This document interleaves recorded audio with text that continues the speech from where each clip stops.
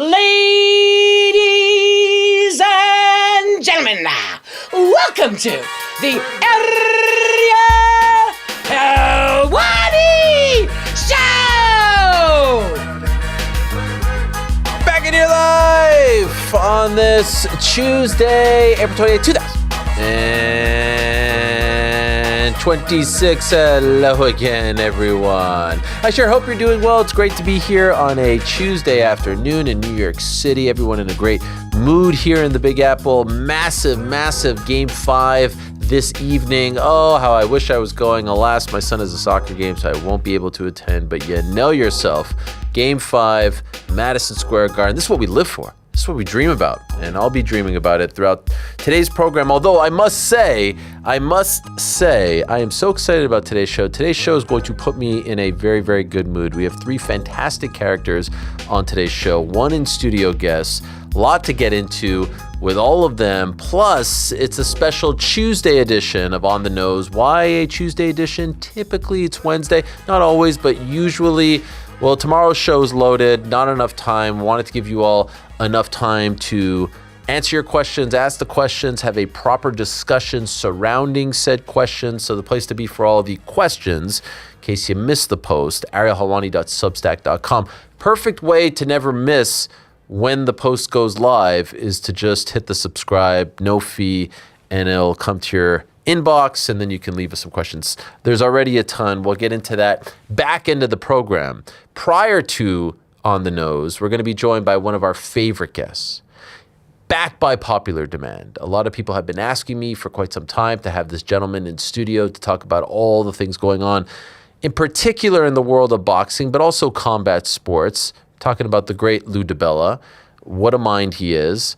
We got to talk to him about the Ali Act stuff. We got to talk to him about AJ and Fury and the tune-up fights, all that stuff and more. Zuffa boxing, Eddie versus Dana. What about his brand new CarMax Park Stadium for his beloved Richmond Flying Squirrels that he is oh so proud about? What about that? It just opened, and I think his team has won 17 of their last 20. He's a minor league baseball owner as well, but we're going to talk a lot of boxing with him. He's always very fired up. Love when Lou visits us, and he will do so at about 2 o'clock. Prior to that, we're going to be joined by Phil and Still DeFries, one of the best nicknames in MMA because all this guy does is win. 14 title defenses, 17 in a row he has won. Reigning defending KSW heavyweight champion, just won a couple weekends ago. The guy is, he's unbelievable. He had a, up and down run in the UFC and has truly found a home. He has the longest winning streak of anyone in MMA right now as far as the champions are concerned. And yes, I know it's KSW and it's not the UFC, but it's still pretty damn impressive. He's a teammate and friend of one Tom Aspinall, so we'll get into it all with Phil and Still DeFries. And then prior to that, one half of the main event for the UFC card on May 16th at the Apex. One of our favorites. He's one of our own. He's one of our own. Arnold Allen. He's one of our own. You know we love to talk to the almighty one, Arnold Allen. He's fighting Melquizael Costa, 6-fight winning streak for Costa. Allen coming off the loss to John Silva, January 24th, looking to get back on track. He has dropped 3 of his last 4, and this is actually a very big day for him because his beloved Ipswich Town Football Club is playing Southampton later in the day, looking to secure their spot in the Premier League. Not everyone could be as good as Nottingham Forest, and so he is going to join us before that and talk about all the fun things going on in his life, and in particular his tweets. His tweets are amazing. His tweets are just amazing. We were reading some of them before the show, and I was crying of laughter just because his comedic timing, his thoughts, his brain, he's second to none. He truly is second to none. So there's the show. Looking forward to it. There you have it. And it's a big week. This weekend, as I've said, 3 massive events. UFC in Perth. JDM versus Carlos Prates. Naoya Inoue versus Junto Nakatani in Japan. And then we end the day with David Benavidez versus Zurdo Ramirez. Lest we forget, Australia is sort of the epicenter of the combat sports world because not only is the UFC in Perth this weekend, Matchroom is in Melbourne not to be confused with Melbourne. Melbourne, tomorrow. They have an event tomorrow that is headlined by our very own, our good friend, Sky Nicholson, friend of the program. Maybe not our very own, but she's a friend of the show. Headlining her very first Matchroom card. It goes down tomorrow for the WBC interim belt. Here's the face-off from earlier today. Yeah, there she is, Sky Nicholson. Massive opportunity for her, getting a chance to fight at home. Getting a chance to headline at home. She's going up against Maria Turner for the WBC Super Bantamweight title. There's the face-off. There's the aftermath of the weigh-in earlier today. And the event is going down tomorrow morning here in America, April 29th, evening time over in Melbourne. What are the odds for that one, Mr. GC? What do we got? Do you have a guess? Do you have an attempt at what you think they might be? She's going to be the favorite, Sky. Of course.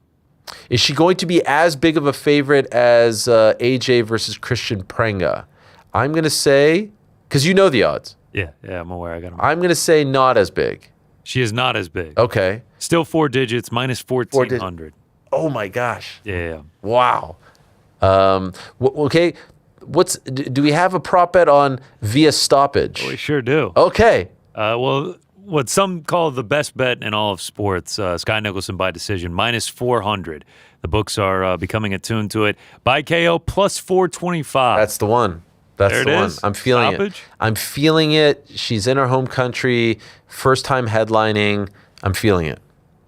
Take it to the bank. H-Dow. That's plus 425. Fight to just not go the distance period is plus 400. Wow. That's more. Might as well just take that. Yeah. Holy smokes. All right. Well, there you have it. Also earlier today in Perth, we got a face-off from the aforementioned Jack Della Maddalena and Carlos Praches. And you know what struck me here? Praches much taller, much bigger looking than Mr. JDM. I know JDM not the biggest of welterweights, but what do you guys think? Kind of surprising, right? I can't wait. What a fight, man. What a freaking fight. I love that fight. It's so good, dude. I really do love that fight. As I said yesterday, alternate universe, that's a title fight in the year 2026. JDM beats Islam, Carlos beats Leon. That's a title fight. The whole card is a lot of fun. You've got Quillen Salkield on the card as well. I actually saw a video in which fun little skit they did with Quillen over at the UFC HQ. Did you see this video?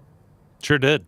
I didn't see this one. I want to see this one. Okay, this is a fun little skit. Quillen doing a little bit of acting. It's time to go. Come on. Okay, here we go. Chill, let me stay. This for you? Yep.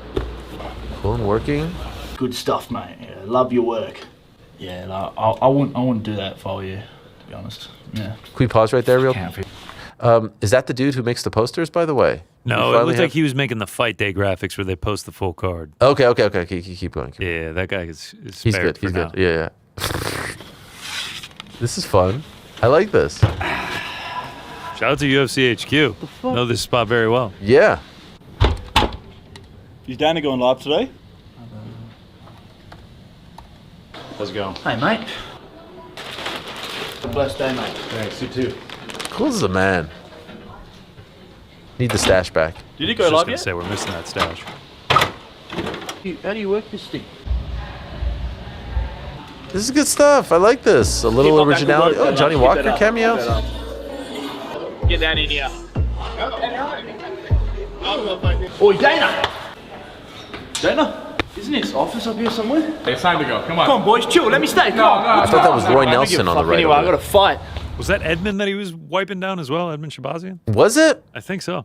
I missed Vegas it. guy. I thought that was good work, right? A little personality. Rick? I like it. Out Yeah, of 5? I'd like anything that's not the standard shit. Like More I'm, of that. I'm into that. Yeah, more. of Just that. give me more of that. Is it a Christian Prenga out of 5? Is it a 2 out of 5? Is it a... What is No, he's a. is he's it on a 3. scale of Christian Prenga 2-5? Yes. No, that's a 5 out of 5. And also, 5 out of Quillen's 5. acting was. That's He's not bad. No, it's not bad. 3.5 out of 5. I like What? the creativity. I like the effort. But, I mean, you know, There were a couple Yeah. of like sloppy edits, right? it was a little slow as well. We could have had more storyline. Could've Oh, you been, guys yeah. are being too harsh. Okay, sorry. You need more Sopranos edits. Is that what you're asking No, for? we That's definitely what you don't need that. Okay, We good. definitely don't We'll need ship that. more of those out. We definitely do not need that. Later in the show, we'll show you some more soccer footage from Carlos Praches. We'll get Pizzi's take on all of that. But for now, let us move along and say hello to our first guest of the day. Always a delight when we get a chance to speak to this man. He's got a huge fight coming up on the 16th of May, and he's got a big afternoon coming up because his beloved Ipswich Town looking to secure Premier League status for next season as they go up against Southampton, who had a nice little showing against Man City in the FA Cup semis. You didn't know I knew footy like this, huh? Let's say hello to the pride of Ipswich, the one and only Arnold Allen. There he is. Hello, Arnold. How are you? Good, mate. How you doing? It's a tremendous day when we get to talk to you. It's always very exciting. What a shirt, by the way, that you're wearing. You're wearing an official Arnold Allen shirt. We saw that on the store. Oh, this one? Oh, it's incredible. You could buy that. Look, limited edition.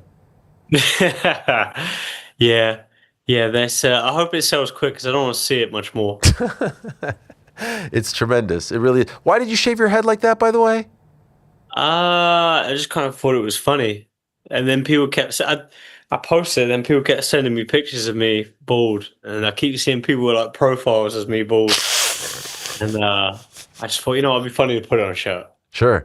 Where are you coming to us from? Are you in England right now? Yeah, I'm at home. Looks fantastic over there. Yeah, the sun's out. It's windy. I'm in the conservatory, and it's kind of like the cat's house, if you see it. What's a conservatory? I don't know what you call it. Is it like a sunroom? Okay. It's nice. Windows. Yeah, we got this. Wait, we got the real star of the show. Where is she? In an Amazon box. Why? She just likes the box. You think she likes the box, or she likes to be enclosed like that and perhaps is just looking for that type of comfort? She just like, you get a big Amazon box, she just hides in it. That's Really? like her new place. You can't throw it away. How often do you switch up the box? Well, if it's like a bigger one, she goes to that one. So I ordered something from Amazon recently. It was pretty big. So this one usurps all the other boxes. Okay, it fits. By the way, how do we feel about the match later today? Ipswich, Southampton. You think we'll? You have 2 games left, 2 matches left, right? Yeah. Need 3. I think 3 points, and we're guaranteed. I'm not super confident about tonight, but yeah, I don't know. It's a tough one. I think we beat QPR. Definitely beat QPR the next game. This one is a bit like, I don't know. Yeah, and if it goes to playoffs, I don't think we get promotion if we go playoffs. You're trying to avoid that, right? You don't want to go to Wembley. Yeah. But I think obviously you want to win tonight. I'm not sure. Form hasn't really been looking great. I think Southampton do all right. But yeah. I think I'm more like beat QPR in it. What's it like, watching championship football, having a rooting interest? What's it like rooting for a team who's in the championship? It's kind of like it's the most competitive league. And like if you see at the top, there's like, I don't know what it is, but there's a few teams that are all. There's a couple like on the brink of being in the playoffs. Then there's a couple like trying to get into the number 2 spot. Everyone's on the same points. It's like goal difference. It's stressful. And then you go up, you go down, you go up, you go down. It's like, oh man. I was just being cheeky because we are Premier League. For us, I was just being. Yeah. I'm not familiar with that, but how fun would it be if you're playing Spurs in the championship, huh? What's fun about that? I mean, it's a big club, nice stadium, and they're playing Millwall. With all due respect to Millwall. It is a nice stadium. Imagine that in the championship. They've got one of the best stadiums I've been to recently. And they're in the championship. Stoke City at Spurs in the championship. Catch it. Looks like it's out right there. I think, is that done? It's not done. It's not done, but it's not looking great. Yeah. Well, things are looking up for you. You're returning on May 16th. How'd you feel about this booking when it was offered to you? Yeah, I love it. Love it. Love the matchup. Good guys, dangerous. Brings out the best of myself. Happy to get a quick turnaround after like a long layoff. And it's quite funny because usually I kind of sort of geared myself up. Like, hopefully I get an offer and I'll fight July, and I start pushing for that. And they came out with May, and I was already a little bit heavy. Just because recently I've only been getting offered these sort of long notice fights, so yeah, I was kind of expecting that again. But I was very happy to get a shorter notice than usual, and I'd definitely take 9 weeks over like 4 months or whatever it was usually. So I am happy to be getting active. This is a very quick turnaround for you from January to May. Yeah. I don't no reason why not, and maybe I've built a bit of a name now, and like they actually want to get me fighting, and I'm not injured, so that's a winner. That's huge. Another main event for you, but this will be the first time that you're in the main event as the red corner, second man to walk out. You're the A side here. I didn't even know that. I hadn't even considered it. That's a big deal. Now, did you know about Melquizael Costa before the offer? 6 in a row for him. Yeah, of course. No, I'd seen him fight. I always sort of keep an eye on like the other guys in the division and watch the fights and stuff. It's good, man. It's good, really good. One of the rare times in recent memory where the UFC is going up against another big MMA show. That's the same night as the Netflix card, the Ronda Rousey Gina Carano card. How do you feel about that? Nah, Couldn't care less. yeah. I mean, the fact is me and Melky headlining against them. I don't think the UFC are really trying to compete, right? Stop. What do you mean? They're gonna put me and Melky down, but like, let's be real, star power. Like, they ain't trying to compete. I think that they had your date booked. I think that I feel. When did you get your like your fight offer, if you will? About 5 weeks ago. Okay, so maybe you came after. Yeah. But I think that's like the UFC's playing it. It's like they're not going to try and compete with that. I don't think they care. And I know you've got a vested interest in it, but like, I know what fight I'd rather watch. Tell us which one. Probably me and Melky. Hell yeah! You should say that. Yeah, it's true, right? Like, I don't know. I'm not going to talk shit, but like, let's be real. No, listen. I would have been shocked if you'd have said the opposite. Actually, if it was you with your self-deprecating humor, I wouldn't have been surprised if you said the opposite, but you should be feeling that way. Yeah, no, for sure. This is two guys, you know, in our primes, the height of MMA. You know, it's at the Meta Apex. That kind of blows, but like, the fight itself is sick. How'd you feel when you found out it was at the Apex and not in an arena? It's been a minute since you were, fighting at the Apex. Yeah, that like going from fighting at the T-Mobile on obviously the first Paramount card, not pay-per-view, but first Paramount card, and like the biggest scene to that, it's like you're headlining it, but you don't really feel like you're headlining it. You're just another poster. You get a poster for the room, so that's cool. Yeah. It seems like, so very interesting time at 145, as you know. Aljo just fought. We don't really know where they're going to go. It's like you would think it's going to be Movsar, but it's still kind of open. Everyone's jockeying for position. If it was up to you, who does get the next shot? I mean, it should have been Movsar after he beat me, really. But yeah. It's got to be Movsar, isn't it? It's got to be. Okay. What do you make of Aljo? Did you see his fight on Saturday? Yeah, he looked great. Guy showed he's one of the greats. Like, obviously, he's a great at bantamweight. He looked fantastic, and he's a problem for everyone, I think. I like the idea of Aljo versus John Silva. Yeah, I think that's a great fight. Yeah, really good fight. And I don't know. I like John, but he seems to get his name in that title hat. Like, the whole thing at the Paramount, he was facing off with the belt and stuff, and like no one else was doing that fight. It was a bit weird. It seemed a bit like they were trying to make a thing there. I don't know. I saw you guys. You were speaking to him, I think, backstage recently. You guys all good now? Yeah, never any beef. No, he's cool. It seemed like you didn't love the surfboard thing. Nah, I don't care. It was. I thought it was funny, and it's even funny now. People try and like, in the Twitter dickheads try and like comment like, you go surf or something. I'm like, mate, shut up. I don't give a shit. Like, it's just funny. Yeah. But yeah. Was that at the London event when you saw him? Yeah, that's it. What was the vibe there like? Because you've been on London cards, you've been to London cards. It seemed like the fans were a little bit restless that night. What was the vibe in the actual building? Oh, for the fights? Yeah. I didn't go to the fights. You weren't. Where did you see him? I saw the video of you with him backstage. Yeah, I did the press conference on the way in, and I was supposed to go to the fights.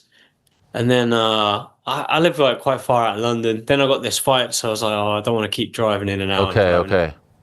Yeah, so I just decided to focus on training, and yeah. What happened on the way home from the January 24th card? You got stuck. You had to take a ferry, cancel flights, a whole mess of a situation. Yeah, there was a storm.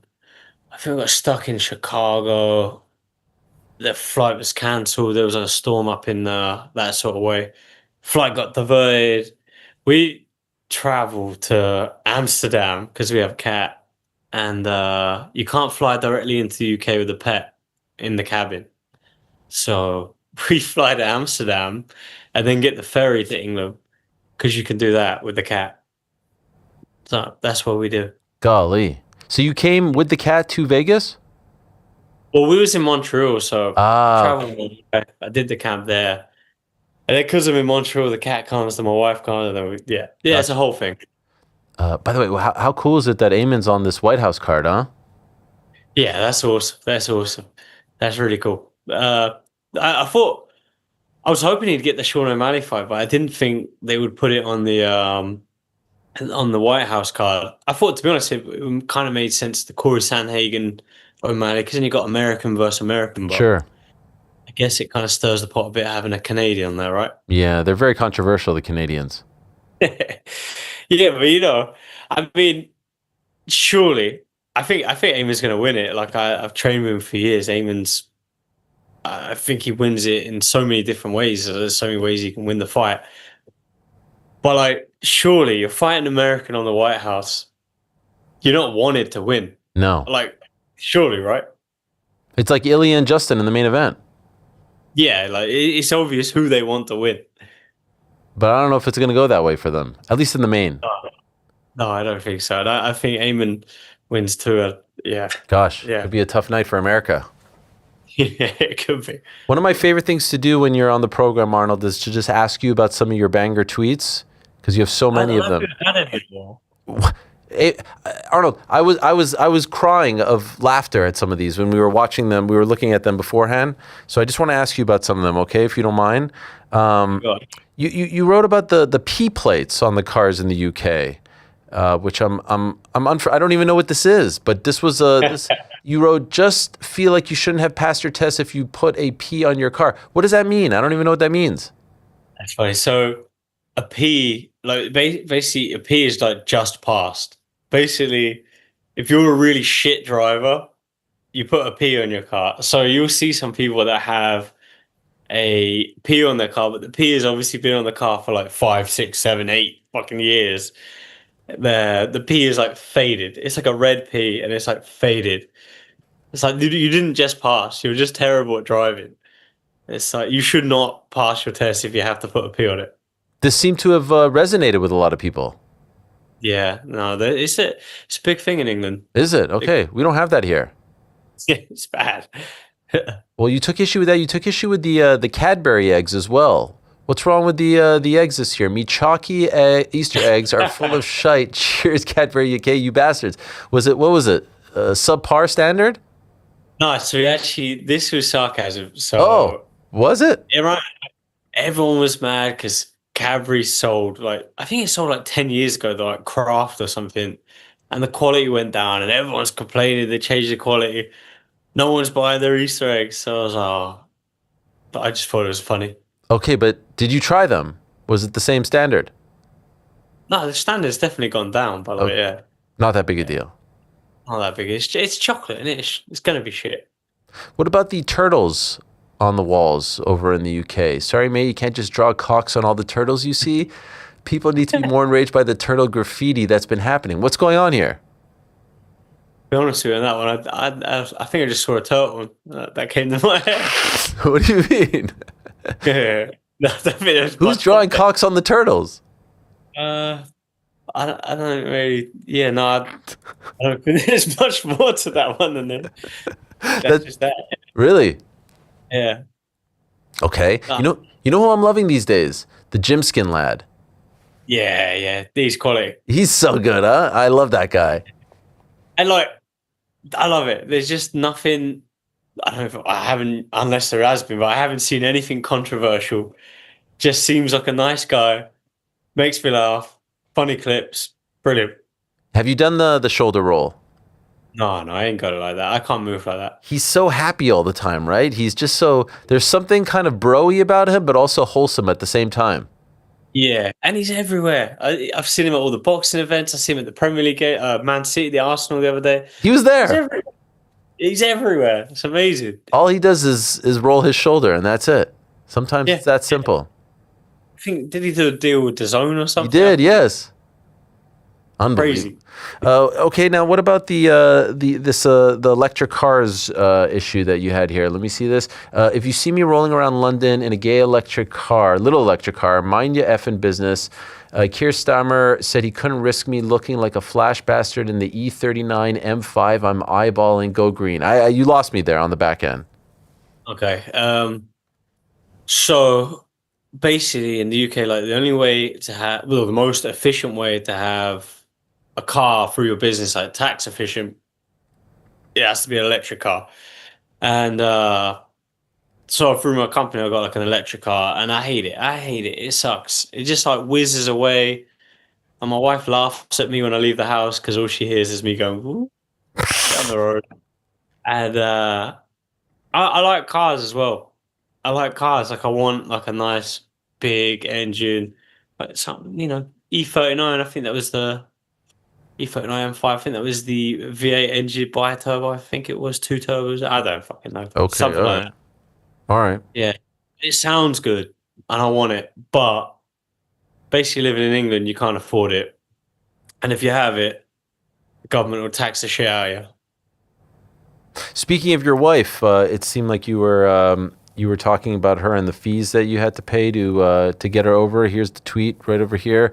Will I get money if I accidentally forget to apply for my wife's visa and accidentally call to say she's an illegal? Just wondering, already spent thousands for her to be here. I mean, this is a banger right here. Yeah. That was I'm not the most political guy, but our government, it just seems like they gone mad. They were offering money for illegals to leave. But then there were people who were like exposing a loophole of it. It's like you could just come here, take the money, come back, get paid again, and keep going. So it's like you could infinitely just come to England, get paid, go home, get paid. I don't know if they amended that, but it was kind of crazy. Yeah. But then I figured I could expose it, exploit it, and benefit. I've come illegally, and then she gets paid, goes back to Canada, comes back. Yeah. Is she a British citizen? Not officially, no, but she has a visa here, like a work, like a. I don't even know actually. I don't even know what kind of visa she's on, but she's on something. Are you a Canadian citizen? No way, man. They want way too much tax from me in Quebec. Oh my God, yeah, it's a mess there. What about who are you talking about here regarding the mustache? I wasn't sure. You said, "Nah, mate, you can't wear that mustache around here." Who are you referring to? I just saw a man in my village with a mustache that made me laugh. And you needed to get it off your chest. Yeah, that's what Twitter's for, isn't it? Yeah, we thought you were referring to our very own Pete Carroll, who's working on a stash himself. What do you reckon? It's quite a stash, actually. That's nice. That's decent. Better than I can grow. That's nice. I think you could get a good one going there. It looks pretty thick. It looks it, but it's not. No. You gave a shout out to the crew that created the longest tiramisu in the world. Yeah, you see that? I think it was like 400 and something meters. Unbelievable. Congrats to all involved. When I see this on the timeline, I just laugh. I don't know. I can't help myself. I always think they just go into the abyss. No. Trust me. They come to me. The algorithm sends it to me. And then the other one that made me crack up was you saying that Stone Cold versus Booker T in the supermarket is your favorite fight of all time. I think that's one of the best. That's got to be. What a battle. That's got to be. Yeah, I love it. I love it. To be honest, I don't really know many of the wrestlers from now. Like Stone Cold he's my all-time favorite, all time. That era, just the best. Tremendous. And when you say fight, like you just mean fight here. You don't mean like wrestling match, just an actual battle. Yeah, like everything. Yeah, everything. Hagler Hearns, like Bonner Griffin, Yeah, Stone Cold Booker. That's the one. That's the one. What does he say? What does he say? The everybody scans him through the checkout. He scans him. He's like, price check on a jackass or something like that. So good. Is that the way he says? Yeah, something like that. Is that one of those that when it comes through, like if you see it, you stumble upon it, you have to watch it? Yeah, and it's long. It's a long scene as well. Every time. Oh, I heard him tell a story one time about that, like what they had to do and how much they had to pay in the aftermath, because it's a real supermarket that they just they just smashed it a bit. they just smashed, and then they had to pay them for all the damage. I love that. That's amazing. Authentic. Yeah. I'd like to do one of those scenes. That would be you and Melky Costa before May 16th. Just go through like a Walmart. We just smash it up. Nice little skit there. We were showing a skit from Quillen Telkiel. You know Quillen? Yeah, not personally, but yeah, no, I do know. But yeah, that skit's cool. I like to see more of that stuff. Like building stars and doing stuff like that. You don't like the AI promos? See, I use AI. I can't say I don't use AI, but not for artwork and promos and stuff like that. I literally use Chat GPT and be like, I'll ask it a question, but like I don't want to like generate videos and artwork and stuff. Sure. No, of course. It's totally different. You want to know like where's the best coffee shop in the neighborhood is one thing. Putting out content is another, right? Yeah, no, I don't like that. I was watching your YouTube channel. Great stuff as always.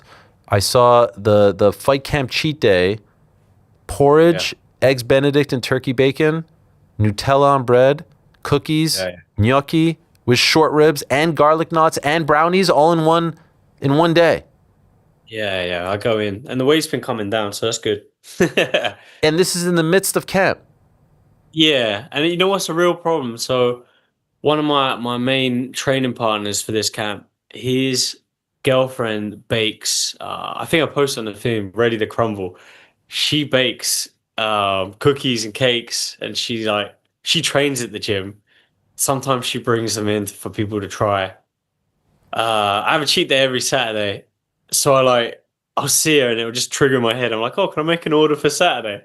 And I can't not do it. God, and what is this? What kind of cakes? She does everything. Oh, she makes cookies, like brownies, blondies, cakes. Like it's amazing. And you eat this all on the same day. You have to eat it within that Saturday. Yeah. Saturday's the last sparring of the week. I have a little rest after, and obviously I don't cheat before the sparring. But like, of course. Yeah.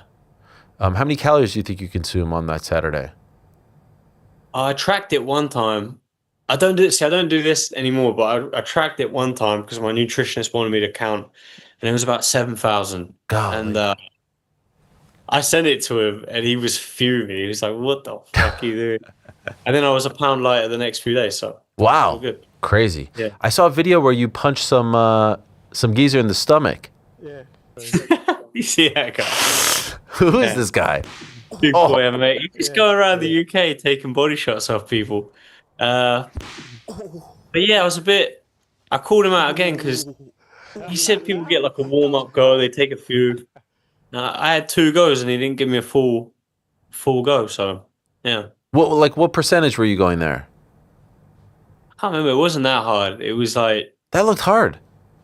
Yeah, I barely pulled. But you see the other guys... I see guys doing it like taking a run-up and shit. Oh, okay. You wanted that. No, I didn't want to do that. I wanted to drop him without moving too much, but... Did you view it as like as a defeat of sorts, the fact that you didn't drop him? No, because I didn't really try super hard. Okay, fair enough. Yeah. What do you make of this AJ Fury stuff? You know what?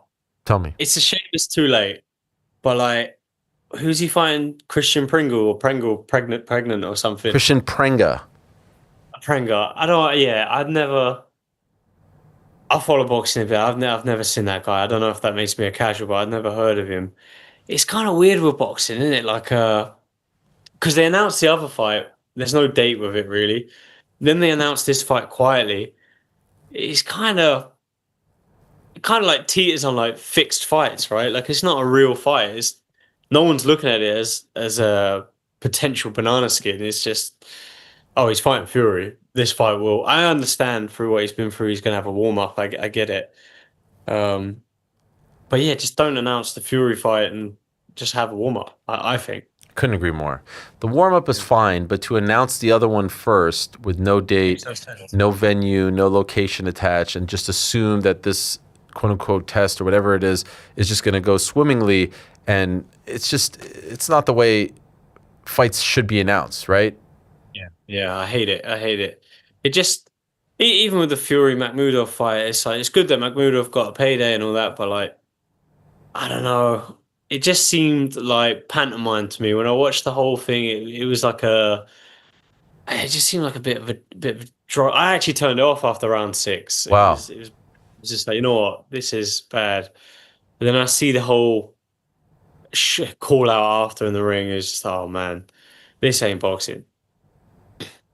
Why are you a food cuck? Because when there's good food around, I like to see it eaten. You know what I mean? So you just look at it.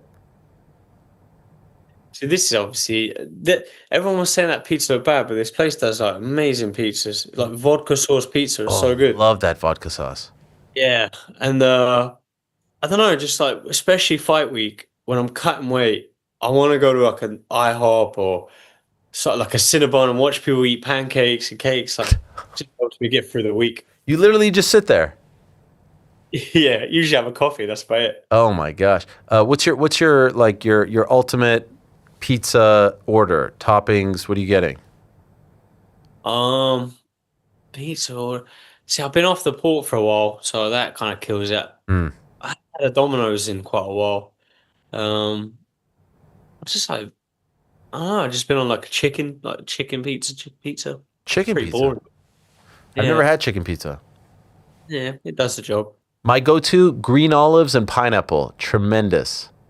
I'm telling you. Horrible. No, I'm telling you. The sweet and the salty is incredible. If you're ever back in Montreal, there's a Domino's on Côte Saint-Luc Road, not too far from NDG. I don't know where you guys live, but on Côte Saint-Luc Road, the Domino's there is the place for every Sunday we would order from there green olives and pineapple, Domino's pizza. I feel it right here, just as I'm talking about it, right here. I feel it. Actually, yeah, if it's Hello Road, I think that would be the one I order from when I'm there. So. Come on. yeah. Tell them you want the Helwani. Oh, is that actually would they know? No, they wouldn't know. I was a wee lad back then. It was like 1999 last time I ordered. I've done this thing in my life where I don't eat as much shit food as I used to. Oh. I eat so I'll have a cheeseburger, but it's a good cheeseburger. Yeah. It's like a good beef. I'll have pizza, but it's like from a proper place, or we make it at home. Okay. So, all right. You've become bourgeois. Yeah, maybe. I think it's more for health reasons. Sure. or that. Or that. Last time I had Domino's was after the silver fight, actually, in Vegas. You had Domino's in Vegas? Yeah, well, I ordered everything. I had Raising Cane's, I had Domino's, I had Five Guys, Crumble Cookie. All in one sitting? Yeah, I ate a lot. I just sat back at the Airbnb watching the fights, just eating my woes away. Oh, my gosh. Yeah, Domino's in the U.S., not a good choice. It's different in Canada and different in the UK. I think the UK, for me, is my favorite. It's top tier here. Well, I'm looking forward to having you back May 16th. I'll be watching. All right, so don't think. I know you took that little zinger there that I'm more invested in the other one. I'm invested in you. You're our guy. All right, you're one of our own. You're one of our own. Yeah, Arnold Allen. He's one of our own. Starts calling me out. Who's calling you out? No, right. Ronda will probably be. Who the fuck is this guy competing the UFC? No. one knows.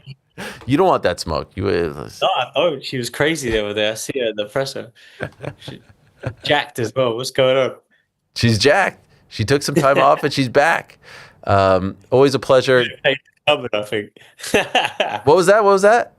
I think she's been in Pacers covered by the looks of it. Is he going to be there? Yeah, of course, of course. Of course. Oh, and by the way, documentary. When is it coming out? I don't know, man. Oh, Fraser, I think he's coming to see me soon. I thought he wants to get more clips. I don't know what this guy's doing. it's like a 15-year project. The clips he's putting out are great, but yes, we want the thing. We want the actual thing, right? Yeah, hopefully I get more of a. I should see him next week, so I'll get more of an insight and I'll know what's going on. All right. Well, good luck in the final weeks. Good luck on the fight. Always a pleasure. And good luck later today. Ipswich Town versus Southampton on a Tuesday night. Away or home? Away. Tough one. Yeah, and thank you so much for plugging the. Oh, yeah. the old show. Yeah, get the shirts right now and the whole merch store. This one is out Thursday. It's out Thursday. It drops. Okay. There's the store. But I want it gone as soon as possible because there's like loads of them in my house. So I just don't want to see them. There it is. Yeah. And what's the website address? almightymerch.co. There it is. All right. Thank you, Arnold. You're the best. That shirt's It's so good. I'd like to get one Thank myself. you. Thank you so I much. sent one. I'll text you after I send you one. Appreciate it. You're the man. Thank you, Arnold. Good luck to you. There he is, the great Arnold Allen. Always a pleasure. Always a delight to speak to Arnold Allen. Let's keep those good vibes rolling. I said at the top of the show, our next guest has one of the great nicknames in MMA. His nickname is And Still, and it flows. Phil And Still DeFries. He's won 17 fights in a row, 14 straight title defenses. It's the best run as far as any champion is concerned in Major League MMA right now. He fought 2 weekends ago, another victory. It's easy work for him these days, and he's kind enough to join us on this Tuesday afternoon. There he is, Big Phil in the house. Hello, Phil. How are you? Hello. Hey, good to see you again, mate. Great to be back on the show. It's always a pleasure. Thank you so much. I always love seeing your big smiley face. Do you ever get bored of the losing now? I mean, it's become old hat for you. No, well, if you don't win, you get beat up as well, you know. So I don't want that to happen. But just keep going. Few more fights for me yet, I think I will. Did you ever think you would be in a position where you've won 14 straight title defenses, title fights, 17 in a row? Like these are insane numbers here, Phil. And it's not like you're winning decisions. Very quick finishes, first round finishes, submit. Like it's just so impressive to see. You're the biggest sure thing in MMA right now. A title victory for Phil DeFries in a title fight, a title defense, a successful one. Did you ever think you would get to this point in your career? No, I mean, when I got kicked out of UFC, I had no self-belief at all. That I lost on some other shows and stuff. When I fought Andrzejczak for the title, I honestly thought I was there. Everyone thought I was there to get beat. It took me like maybe 5 or 6 fights to really start believing in myself. You know, I still can't believe it now. You know, so we're 2 years away from 10 years. That's the goal now. But I always believe you can lose. You know, when you start thinking you can't lose, that's when you do lose. You know, so no stone uncovered. You know, we're going to keep pressing. And I take everybody seriously. But yeah, I mean, I know I could lose next one. You know, but I hope not. Some fun little factoids about when you won your first KSW title fight. Tom Aspinall and Ilya Topuria hadn't even made their Cage Warriors debut yet, believe it or not. Joshua Van, the UFC flyweight champion, was just 16 years old. Raul Rojas was just 13 years old. Carlos Ulberg was 2-0 in MMA. Israel Adesanya had just made his second UFC appearance, and the PFL was just 3 events in. That's how long ago it was when you first fought for the KSW title. That's crazy. That's crazy. I know. 8 years, eight, the best 8 years of my life. I guarantee. You know, and like that coincides with the exact time I beat the anxiety with the pills. You know, so just a great sporting achievements. Lots of joy there, and I've got to enjoy my normal life. You know, since then. You know, so no looking back for me. You know. From afar, it seems to all be going so very well for you. Does the anxiety ever pop up in other ways, shapes, or forms?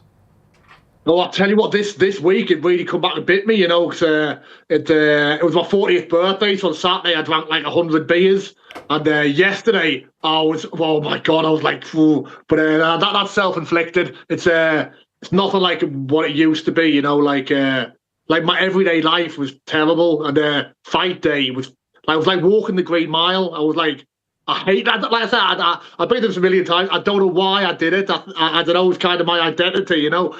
But I'd like the mixed martial arts. The reason I started was to stop getting bullied, you know, and it worked for that. And the fighting came second, you know. But Happy as Larry now. Good now. Did you really drink 100 beers on your birthday? No, probably 15. 15. Drinks like maybe 10 beers and 5 doubles and shots and things. But I was only at the local cricket club, you know. It wasn't like even a party. It was like just a family affair, you know. But well, all the other dads, you know, we're there with the kids. All the other dads were like, oh, we're going home. I was like, we'll drop the kids off. We'll go to town. But luckily, they didn't. Luckily, thank you. Okay. And by the way, happy birthday to you. The idea of turning 40, does that give you anxiety? No, like I said, life just keeps on getting better for me, you know. Like I live for my kids now, and the kids are just getting better and better, more enjoyable. They're turning into proper little people now, you know. You can have little conversations, proper deep conversations with them. Life just it just keeps getting better for me, you know. Like I wouldn't change it for the world. How old is your oldest? 9. Oh, she's tall as well, you know. She was so good at the martial arts, you know, when I used to take her training, but then she quit for gymnastics, wanted to do a girly sport. But gymnastics, it's a great base for everything. If you can do a backflip, you can do anything, you know. I was curious if any of your kids want to follow in your footsteps. Do you foresee that? No, and I really want them to. Like a lot of people say, oh, they don't want the kids to fight.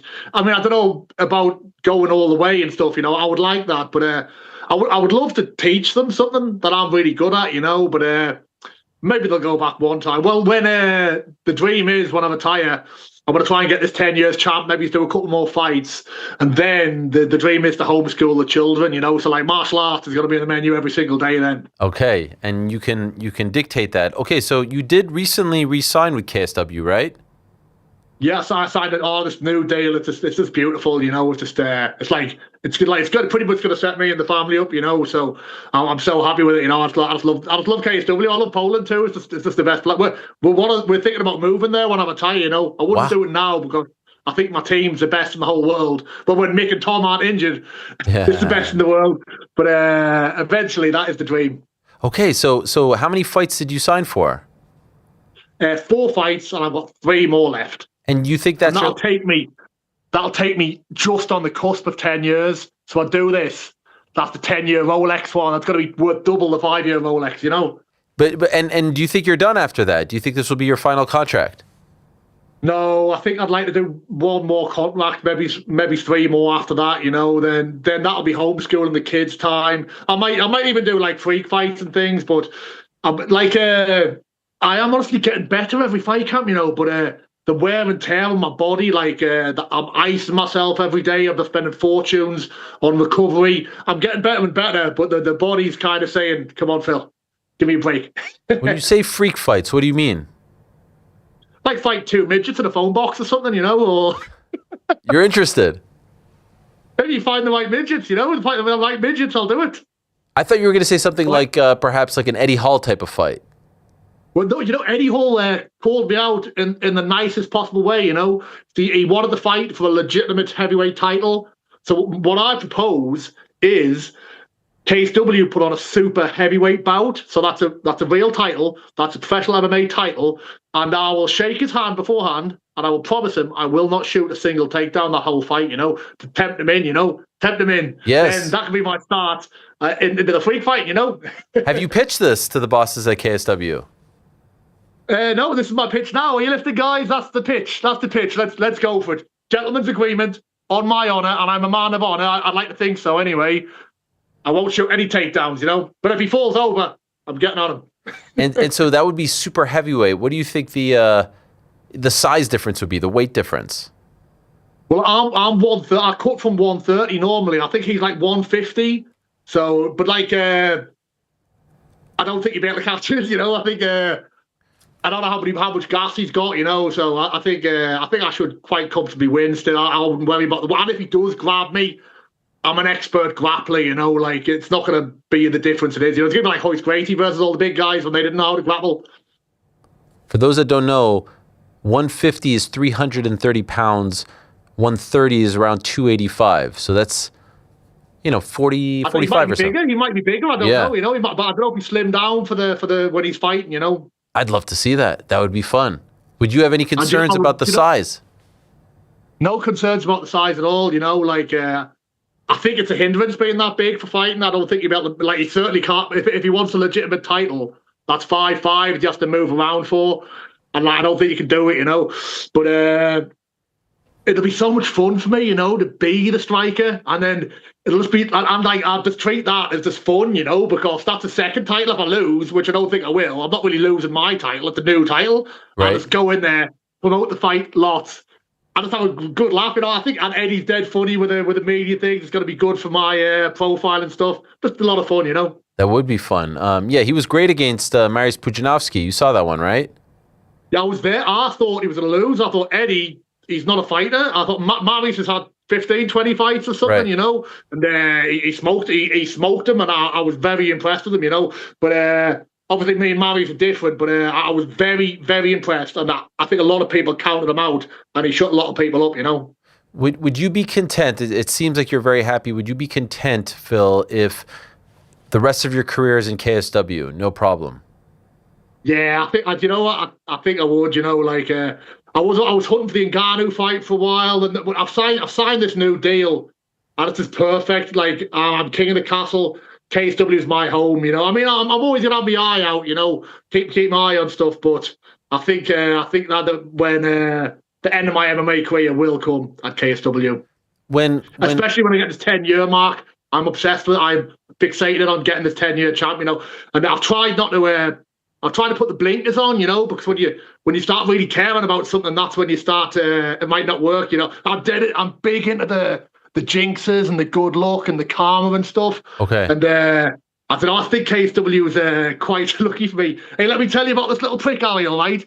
I'm so into the rituals and bad luck and stuff. Are you familiar with the Death Note? The Death Note manga anime. Oh yes. I've heard of it. Yes. So anyway, there's a fan there, the fight before this fight, and he's got the Death Note book, and he's already signed my book. And I went, I'm not signing that book, mate. Like, that's a cursed book. I'll sign something else for you, but I'm not signing a cursed book. He was like, oh, really? I was like, I'm not signing a cursed book. Okay, so the last fan zone, I'm like going along the wall, line, signing loads of books, and he gets some girl to hold the book up, and I signed this bloody Death Note book. Wow. And then he grabs it and he goes, hey, Phil. He went, I've got you in the book. I was like, you haven't, have you? He was like, yeah. And then he sent me a picture later, reading out the curse from the manga, saying, you will lose this fight, mate. And I'm so into that sort of stuff. I was sitting there and I was like, the curse. And like Fisher and Mick, they all know how into my curses and luck and stuff I have. I was like sweating, and I was like, I don't really care about this curse. They're like, Phil, you need to chill out about the curse. And we had a videographer there. He was saying, oh, Phil, I've watched the full Death Note cartoon thing, and the curse doesn't work like that. It has to be legible handwriting. And I was like, oh, right. I was like, so if you're a Death Note expert, I'll take your advice. He was like, well, I'm not an expert. I was like, shut up. I was like, I'm an expert. But anyway, I won. So take that, you dork. Okay, so perhaps this makes you feel less superstitious. Maybe this was a great experiment for you that now you can drop some of these things. I do. I mean, I also think that putting the curse on somebody's bad mojo, but I do need to get over my fear of luck. And if I lost my lucky cat, I've got my lucky cat. If I lost that, if I lost my lucky gum shield, my lucky box, I would be quite upset. But I think that I wouldn't reveal it if I didn't think this, because I would worry about my other opponents putting curses on me, But I'm glad I beat the curse. I'm glad I beat the curse. Well, he was just a dork anyway, But he was so smug. Honestly, I was thinking, if I lose, I'm going to be more upset with him than my opponent, Why did he have it out for you? Why did this guy want you cursed?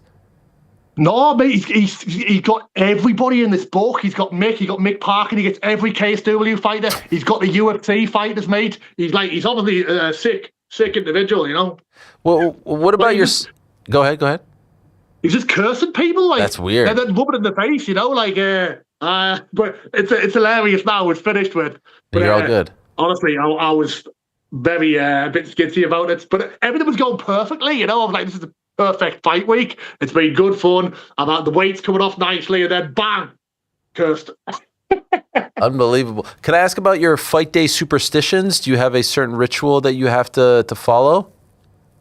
Yeah, I've got so many, so many. So I do 10 positive affirmations, written affirmations, thought affirmations, spoken affirmation. So I was basically just saying like, "Oh, Phil, you're a beast, you're a killer, you're a champion, you're so strong, you're fit, the work's done." So I do that like 3 times a day. I write my diary, like positively, "Oh, this is going to be a good one," blah blah, just affirming what's going to happen.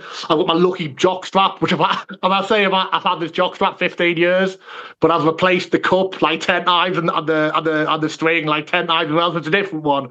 And I've got my lucky gum shield, which is 20 years old, and the girls always make me bracelets, and they just send me a letter, and I've got to cut the hair, so I put it in my groin protector. Honestly, mate, there's probably 10 more. Like, I'm a superstitious character. Wait, you have to cut your children's hair and put it in your groin protector? Yeah. So I've got a bit of them with me, But where did you come up with that? Like it, they don't like it. So I don't blame them. I go and steal it. I go and steal it at night. Where did you come up with this? Well, what happened? I used to write the names of some of my gloves, and I thought, no, I want a little piece of them, So, just when they were born, I thought I wanted a bit of hair with them, and I want to keep this. Where can I stash the hair? And I tried putting them in my gloves before, and the commission were like, "You can't do that." And I was like, "I'll stick it in my box," So how long have you been doing this? There's probably like 10 bits of hair in there now. How long have you been doing that for? Maybe from the start of the title run. I've been doing it a while. No, I think I might have done it. No, I've done it since Bellator when I fought. Who did I fight Bellator? I know him. He's really good. I like him. Cyberpunk. What's he got? Cyberpunk. Megapunk. This is from Pride. Yeah. Yeah. Who is it? That's what I started. Yeah. James Thompson. Yeah, James Thompson. I like James. The Colossal. Guy. But so this is an amazing thing. So now you have to wait till they go to sleep and then you do it. Sometimes they give me it, but sometimes, then they try and bribe me for it. Or give me £10. I'll give you a hand. I go, no, I can't do it. I don't want to bribe you for it. I don't want to steal it. Can I just have it? And I do get it begrudgingly, but I have stolen it maybe 3 or 4 times. When they were little, they were more stubborn. Yeah. But I always get my hair now. How does your wife feel about this? Oh, she's I'm getting a bit slam on us. Oh, she's there. She's fine, with all the kids and the dog, and even me dead dog Frankie. We all I've rubbed the lucky cat before I go, and then on fight day they all have to rub the lucky cat. But and the wife really, really worries about me, and she kind of at night she sits there rubbing the lucky cat, I'm like, you wear it out, it's only so I rub the lucky cat for myself and for Fisher and for Mick, and it's a lucky cat, mate. I don't know how many charges it's got. So not everybody gets a rub for it, but sure. It might have infinite charges, but if it has, it's got limited charges. They're mainly for me, This is amazing. I could talk about these things all day. I'm fascinated by this. I did want to ask you, when Francis left the PFL, we were sort of trying to come up with like who would be a good matchup for him for this Netflix card. And we had mentioned you. We thought it would be a lot of fun. You've got this great run, Parnas on the Netflix card. Was there any sort of consideration about you fighting Francis on this card? I mean, I was matched at the time, so I don't think it was really an option, But it's a stranger. Like I would, like years ago, I'd have been all over that, But I mean, I've still got my eye on it. We'll see how it performs. And we'll see what's going on, and I will keep an eye on it. But it's got to be.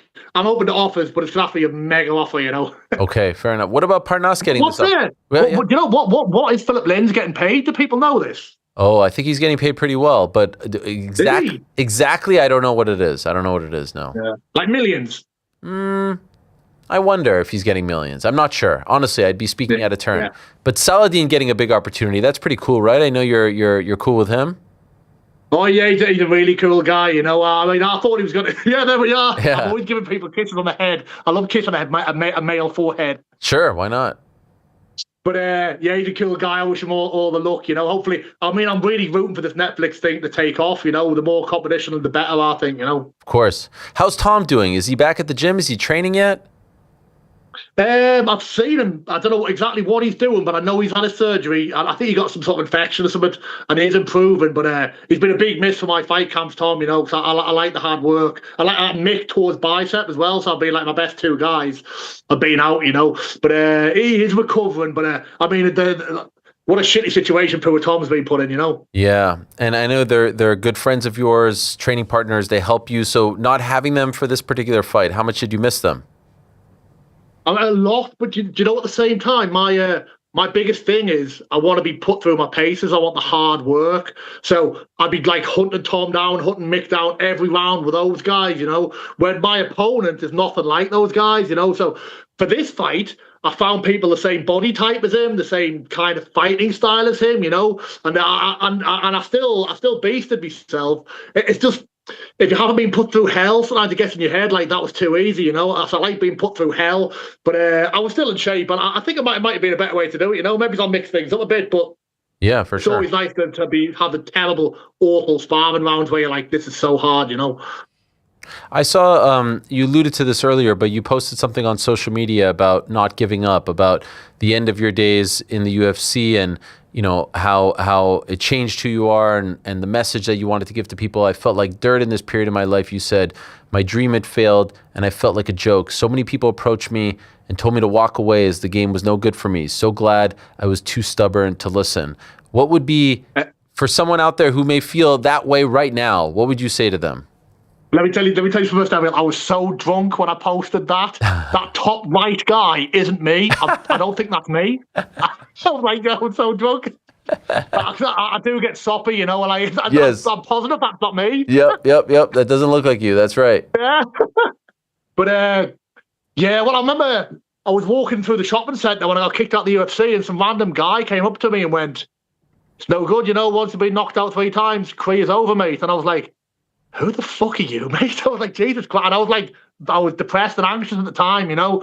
Loads of people said it, you know. I honestly think maybe my wife, my girlfriend at the time, might have wanted me to work away because it was tearing me up inside, you know. It's like I said, I'm on cloud 9 now, but it's the heartbreak business, you know. But you need your adversity, you know. I've had my adversity, you know, and I know it can never get that bad again, you know. So I'm happy now, but. Yeah, but people, and I tell you what, you know, people love to fucking shit in a guy when you have your shot and you fail, you know. People love to shit, you know. What's that thing Chappelle says when the hero stumbles, the cowards rejoice, you know. So your advice to someone feeling that way right now, what would it be? What do you mean, like feeling down or actually mental health issues and stuff? Feeling down, someone telling you give up on your dream. It's not going to amount to anything. You're wasting your time, that sort of thing. Nah, you always have to chase the dream. I know, like, you need to be clever, you know. Like even the UFC, I was working, I had my job, but I was still hunting the dream, you know. I think when you give up on your dream, you die a little bit inside. And when I gave up and went through the alcoholic spell and the drug abuse spell, honestly, I was numb. It was the worst, you know. Like, and I was going to work just to make ends meet and lend the money on credit cards to like afford a holiday and things, you know. And like it's just life for a lot of people, you know. But it doesn't have to be, you know. Anybody, not just fighting anyone. Like if somebody else could do it, you could do it. You know, you can achieve your dreams. You can do a little bit extra, you know. It's like, but it's hard, you know. And it's fucking depressing when like.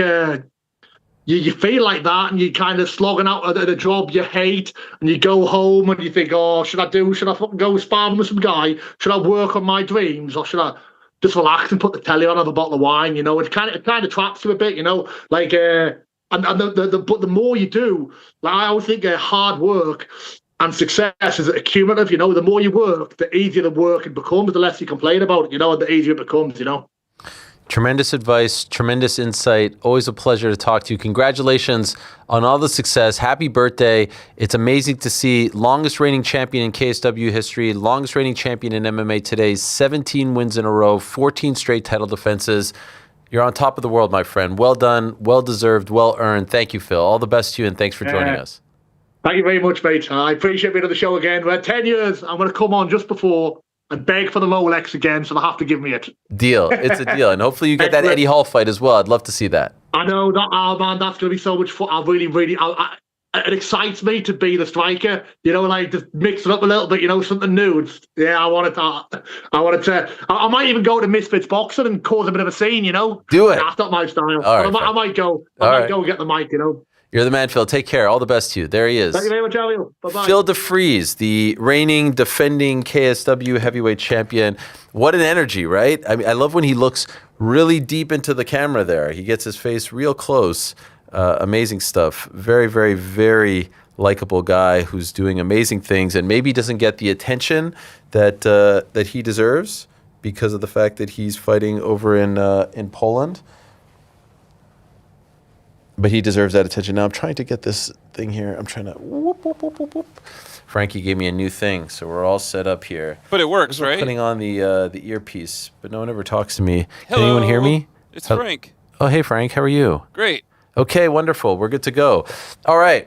Great stuff, Phil DeFries. By the way, coming up in about an hour's time, I am on the nose. ArielHelwani.substack.com is where you can ask, leave questions, comments, things of that nature. As I said at the top of the show, back by popular demand. A lot of people ask me to have Lou DiBella back in studio because there's a lot going on in the world of combat sports and in particular, of course, in the world of boxing. Let's not keep him waiting any longer. Is he here? Sweet Lou? Yeah, there he is. Mr. Lou DiBella. Back by popular demand. That's nice, man. Requested by a lot of people. Nice to be requested. Right? Every time you come in, you're slimmer and slimmer. Well, I am slimmer. Every time. This time I am. Well, you know what, man? It was a wake-up call a couple of times ago when I was You here. told us that. I weighed almost 300 pounds. I'm down to about 240. Oh, that's a nice jacket right there. Is that This was Mickey a gift- Ward?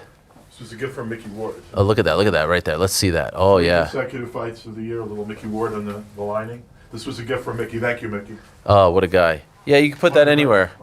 Great to see you, Lou. Please have a seat. We have a lot to talk about, Lou. I'm waiting to hear what you want to talk about. I want to talk about the Richmond Flying Squirrels. Let me help you. Help me with this now. Yeah. I don't know what happened here. Okay, how's this? That's good, bro. This That works. good? That works, yeah. What about, Well, we're a mess. Since I was last here, I sold one ball team in Montgomery, Alabama. Yeah. So I sold the Montgomery Biscuits are now under a different ownership. What do you get for that? Can you tell us? What is it? Quite a bit of money. It was a lot of money. Were you the sole owner? No. Okay. No, I was the managing head, like managing partner, managing owner. So we sold the Montgomery. Then we opened CarMax Park in Richmond, Virginia, where the team is now 17-3 to start the season. And after the first week of the season, we were number one in all of minor league baseball out of 120 teams in attendance. Right now, we're number one in AA, but I think we're 2 or 3 out of 120 teams in attendance. So baseball has been being very good to me right now. Yes, and do you go to the games? I do. I mean, pretty often. Like we're home a week, away a week, home a week. Like this week, we're away. Next week, I'll probably go to Richmond. And you love this? Games. I love baseball, man. Would you ever move to Richmond? I'd get a place there maybe, but I no, I'm a New Yorker. You know. And this is still AA for the Giants, right? AA for the Giants. I've been with the Giants since the team was in Connecticut. So I've been part of the Giants organization through. I got 3 World Series rings. In 2010, 12, and 14, and we've been a Giants affiliate forever, even going back to when we were in Connecticut. Now we're in Richmond, and we're a Giants affiliate. So right now it's just baseball. It's just as far as pretty much. Well, as far as minor league baseball, it's just the Squirrels, right? The Flying Squirrels. Yeah. Okay. Any ties to boxing? Yeah, I mean, I still have a few fighters I'm working with more as like I want to finish up with them. I want to place them in the right place. I'm actually having some conversations with TKO about doing something with George Kambosos. Interesting. Yeah. To fight on their shows? Fight on their shows, potentially. Okay, so let's start there. Yeah. Zuffa Boxing now, they've had 5 or 6 events. Mm-hmm. What do you think so far? Too early to judge. It's what I expected. I mean, it's going to be a period of adjustment. I don't think, the shows aren't blowing anyone's socks off, but I don't think that the shows coming on DAZN from Eddie in the UK or anything else, any of the regular product out there is. I think they are signing more fighters. I think they're making an effort to have decent matchmaking.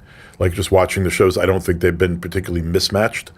It's going to take a while, but honestly, they have a TV deal. They have very smart people, as you saw during those hearings we'll get to that. In front of Congress. What about the product? At the Apex? It's the Apex is easy and it's cost effective. And right now, some of what they're doing is about easy and cost effective.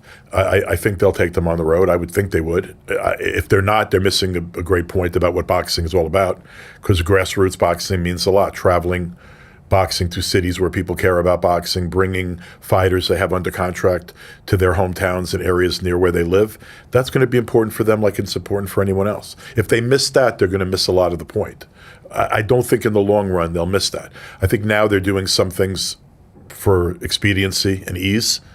I didn't think they were going to start gangbusters. If you go over our last couple of interviews when we talked about this, I told you I thought it would be a multi-year process. I still do.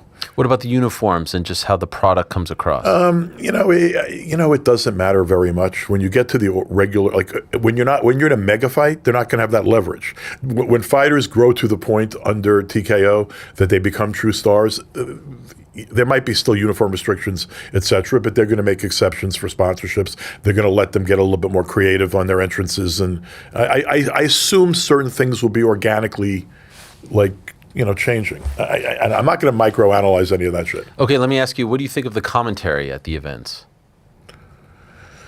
I don't think, but then again, if you ask me what I thought of the commentary across the board right now in general, I would tell you it was not great. Okay, so you don't feel like it's over the top for them, it's kind of the same. No, it's the same shit, but it's the same shit almost like everyone's co-opted right now. We've had this discussion before. I'm not personalizing it to anybody. No. But I'm just saying that in general, people do what they have to do, and particularly where you have someone creating a UBO, creating a brand, building a brand, you have to expect you're going to get shilling, whether it's Max Kellerman or anyone else. And to be honest, this already. The guys at TKO like to have things done and expressed their way, and they have the ability to do that. They have a whole lot of leverage. Were you surprised they signed Conor Benn? He's a big name. Was I surprised? I don't think he means maybe what they think he does. But again, if they're trying to get inroads into Europe, if the UK is particularly important to them and they think that he's some kind of locomotive over there, I personally think he's like sort of a cheating, somewhat mediocre. You called him a fraud, I think. I sort of do think he is. Fraud. I think he's a pedestrian prize fighter with a famous lineage and a cheater, and frankly got bigger by cheating. Which I don't really like that very much. Same thing happened to Baumgartner. I'm not big fans of that. You cheat, you get bigger. It doesn't appeal to me. But with Conor, some may say the performances haven't been as spectacular. The Conor Benn, the second, the Chris Eubanks second fight, he looked great. Okay, here's what I'll say about Conor. Yeah. The bad guy is always good to have under contract. Okay. You know what I'm saying? He's an anti-hero. Some people Does he want to be? I don't know if he. I don't think he wants to be an anti-hero, but I think he is. Okay. I think he has a following because he's Nigel Benn's kid. Yeah. And he has a following in the UK where people look past his indiscretions and mediocrity. I think both of them are astounding. I think his mediocrity is astounding, and I think his indiscretions have been too. But a lot of people can look past that. But people like me, they want to see him get his ass kicked. I'll buy Ryan Garcia and him. I'll watch it because I'm hoping Ryan's going to knock him the hell out. Do you think he wins? Ryan? Yeah. Oh, yeah. If he's right. I think Ryan, I have a lot of love for Ryan, even though we don't talk anymore. We at one point did. But I think when Ryan his head is together and he's giving everything to boxing and he has clarity and he's not messing around with stuff, I think that he's a very talented kid. And I think he's more talented than Conor Benn. Why don't you talk anymore? No, I said some probably things that bothered him when he was going off the rails around the time of the Haney fight. And okay.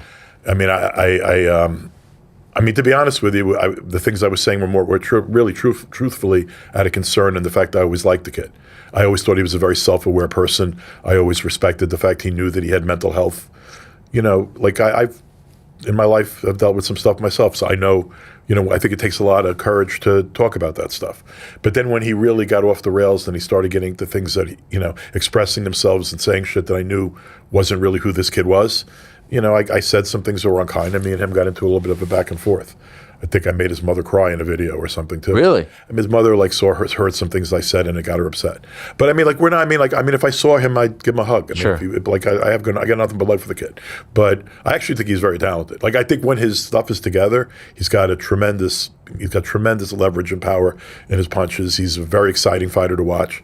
The fact he was able to have that kind of night against Haney, when he was completely a hot mess the whole week of the fight, he was partying, doing everything on earth. And by the way, busted a test afterward, so there was no great honor in that either. And I talked about that, and I think that upset him. But I actually have a lot of respect for him, and I think that a fight with him and Conor Benn's a really quality matchup. I'm pretty sure that Ryan beats him. But I think that's a fight I would watch. What about Shakur Connor? Easy work, not even a fight. It would be Despite the step up in weight. could step up and weight another 20 pounds for Conor Bennett. No problem. To shit out of him. Do you think Zuffa signed Connor because they were interested in him or to hurt Eddie? Could be a little bit of both. Eddie's certainly trying to hurt them. I mean, he's certainly saying things trying to hurt them. I mean, in what way? I mean, there's a lot of nonsense. I mean, the back and forth. Who the fuck really wants to hear more about him and Dana fighting each other and how they can make $20 or $30 million each? Kiss my Dago ass. No one wants to hear that. That's not good for boxing. It's stupid. Granted, like, I get the back and forth. Eddie is a showman. Eddie, like I've said this too many times, Eddie is a skilled guy in a Don King-esque way. He has that P.T. Barnum-esque, like, that persona. He's a big, tall, good-looking dude. He's got a gift with gab or whatever, but he's hurting the sport. He's hurting himself in some ways. Like, I believe Eddie will survive. Eddie has good fighters under his group. Comes from a billionaire family. They have big sports holdings. They have leverage with respect to the Saudis to a degree. I think partially by virtue of they're being partly owned by money in Qatar. Like, you know, Eddie's good at what he does. He's very good at what he does, and he has talent. Joshua Fury is very important to Turkey. It's very important as a big event. You know, from a Riyadh season standpoint, to the extent at which that's still a thing, it doesn't get bigger for them than that. You know, they're very Anglo-centric. They're all about England, and you can't make a bigger fight in England right now than Fury and Joshua. I wish you didn't have to watch the nonsense to get to that fight. Like, I hate announcing fights when there are fights and long periods of time in between. I hate the fact I'm feeling about Fury, Joshua very much the way I felt about Mayweather-Pacquiao. And by the way, I was at Mayweather-Pacquiao because I wanted to see it, even though I thought it was 5 years beyond its shelf life. And Joshua and Fury's longer than 5 years past its shelf life. But would I still want to see it? Yeah, it's a spectacle. And Great Britain, I mean, these are the two dominant heavyweights of the last generation. So over there, it's a Super Bowl. Over here, very few people give a fuck. Okay, I want to ask you about that in a moment, but you did say you think he's hurting boxing. How is he hurting boxing? I don't think he's hurting boxing. I think, like, that is not helping him or boxing. Which like, part? The Dana feud? The Dana and him fighting each other, calling each other pussies and whatever. I mean, get this nonsense. And then but isn't that always a part of boxing? Like, but not two. No one wants to see two fucking promoters fight each other. No. The arguing. Your brand is better. My brand, you know. Yeah, but that, to be honest with you, that probably is one of the things that opened the door for Dana and Nick and Ari and their whole crew, is that boxing never could get out of its own way. All they did was fight one another. There was no semblance of creating in a unified way, any kind of way working together to create a media property to go out there and compete with other major media properties. It's why the door was wide open. And particularly with the Trump administration rolling in, best friends of TKO and the people that run it, perfect opportunity and time to get rid of the Ali Act, perfect time to launch a UFC type model. You can't have closer friends to the guys running TKO. They're running the goddamn country. So it was perfect timing at a perfect moment, and boxing put itself in that moment, put itself in that place. And continuing to do things like talk about a promoter fighting another promoter getting $30 million, that doesn't help. I'll give you another thing that doesn't help.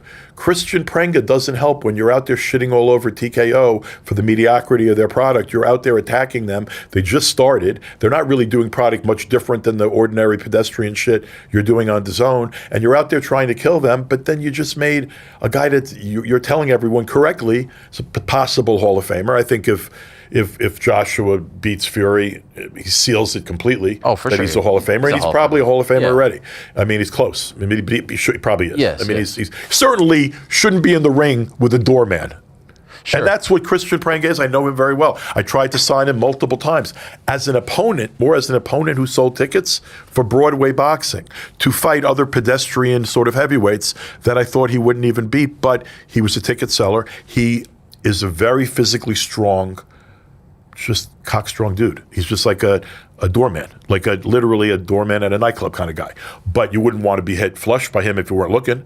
The kick and punch, he's slow, but I mean, if you don't see him and he telegraphs a punch at you and it lands, he might hurt you.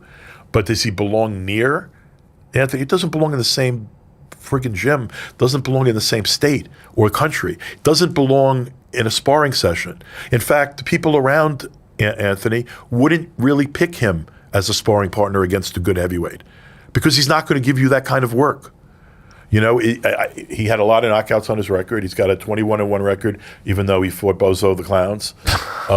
Is there okay? So I understand. I had mixed feelings about the No, announcement. there's no mixed feelings. That's not a fight, dude. No, that's in a Is there grace to be had that the fact No, that he the went through accident. this- No, Why? no, dude. Come on, man. What about the fact that they told Then us? don't fight. Or Why not? He's not fighting. Tune-up. Okay, why does he just fight you, man? No, I'm not an actual fighter. Neither is Prenga. Yes, he is. No, He's had pro fights. no, he's more. If you look at his career, fought in the number, he's February. 35 years old. Yes. Look at his whole career. I'm not He's earned his defending living the outside fight. of it. No, it's not a fight. It's a tune-up. It's not even a tune-up. What are you tuning up? The fuck are you tuning up? How are you getting better fighting a guy that can't fight at all? For the record, I hate the fact that we're not getting Fury Joshua No, next. I don't give a shit about that. You know what? If he needed, first of all, I don't get the Who argument should he he have needed to fought? fight. Like a Deontay? He didn't need to fight. He just fought Jake Paul. What the fuck does he have to fight? And then he got into a car accident. So what? And he almost died. Well, I mean, that's a little bit. No, I mean, two people in the car. Two people in the car died, but he wasn't seriously hurt. But that's neither here nor there. An inch Does away. he need it for his confidence? Wait, was his confidence shot because people died? What? Explain Maybe. to me. No, come on, man, stop. What are you talking about? No, I mean, what am I talking about? He's fighting a went through a hobo. life- I don't want to call Prenga a hobo. You know what? Prenga's actually, he will go and he will try. If you went to Christian Prenga, I actually think Prenga's the kind of guy, if he was being honest with you, who's so self-aware, he knows he just hit the lottery. Of course. What do you Right. think he's getting paid for this, by the way? Probably 7 figures. Most of his life? I mean, right? Not even close, right? Like, dude, he hasn't made no, boxing? yeah. In this one fight, he's getting more. He's getting than more. than his entire career. What I heard he's getting is what he's getting. It's a good deal. He's made more in 1/10 of this purse. Will be higher than the entirety he's ever been paid in his career, basically. Wow. Or similar. He actually is the kind of guy, though, that made a couple of like small, like with club show kind of paydays because he's an Albanian kid with a very big following in the Albanian community. Okay. And he would sell some tickets in local shows to Albanian kids. So he would get a percentage of ticket sales. But in terms of like ever getting a real purse, he never got a television purse. Probably, I'd be surprised if he ever made more than 10 grand. Okay. Wow. Right. Wow. So now he's going to go to $1 million. And by the way, not because he earned it in any way. Look who he lost to, man. Is the issue that he is fighting AJ, that AJ is fighting anyone, or is it the but matchup? it's just if you're gonna fight, like there's zero purpose to it. No one, if you can't articulate a purpose to me, it shouldn't be happening. There's zero chance of the wrong thing happening unless. I don't think AJ shot enough that he's going to close his eyes in the ring. He'd have to not see a punch coming, right? Roll an ankle. I mean, he'd have to get hurt. If he didn't get hurt, he'd have to literally knee buckles, look the other way, look in the other direction, and something could happen. It Are you would be a surprised miracle. with so much on It's the line? not a 1% chance. I got of you. winning. With so much on the line, Netflix involved and Don't whatnot. fight then. What's the point? I don't know. I you know what? I would get it more if he was doing a total gimmick fight. Like if he was fighting an Ngannou kind of fight. Sure. Or whatever. I'd almost get it more. Because like this is just like an affront. Are they going to charge people for it? Is it on? I hope not. They haven't said.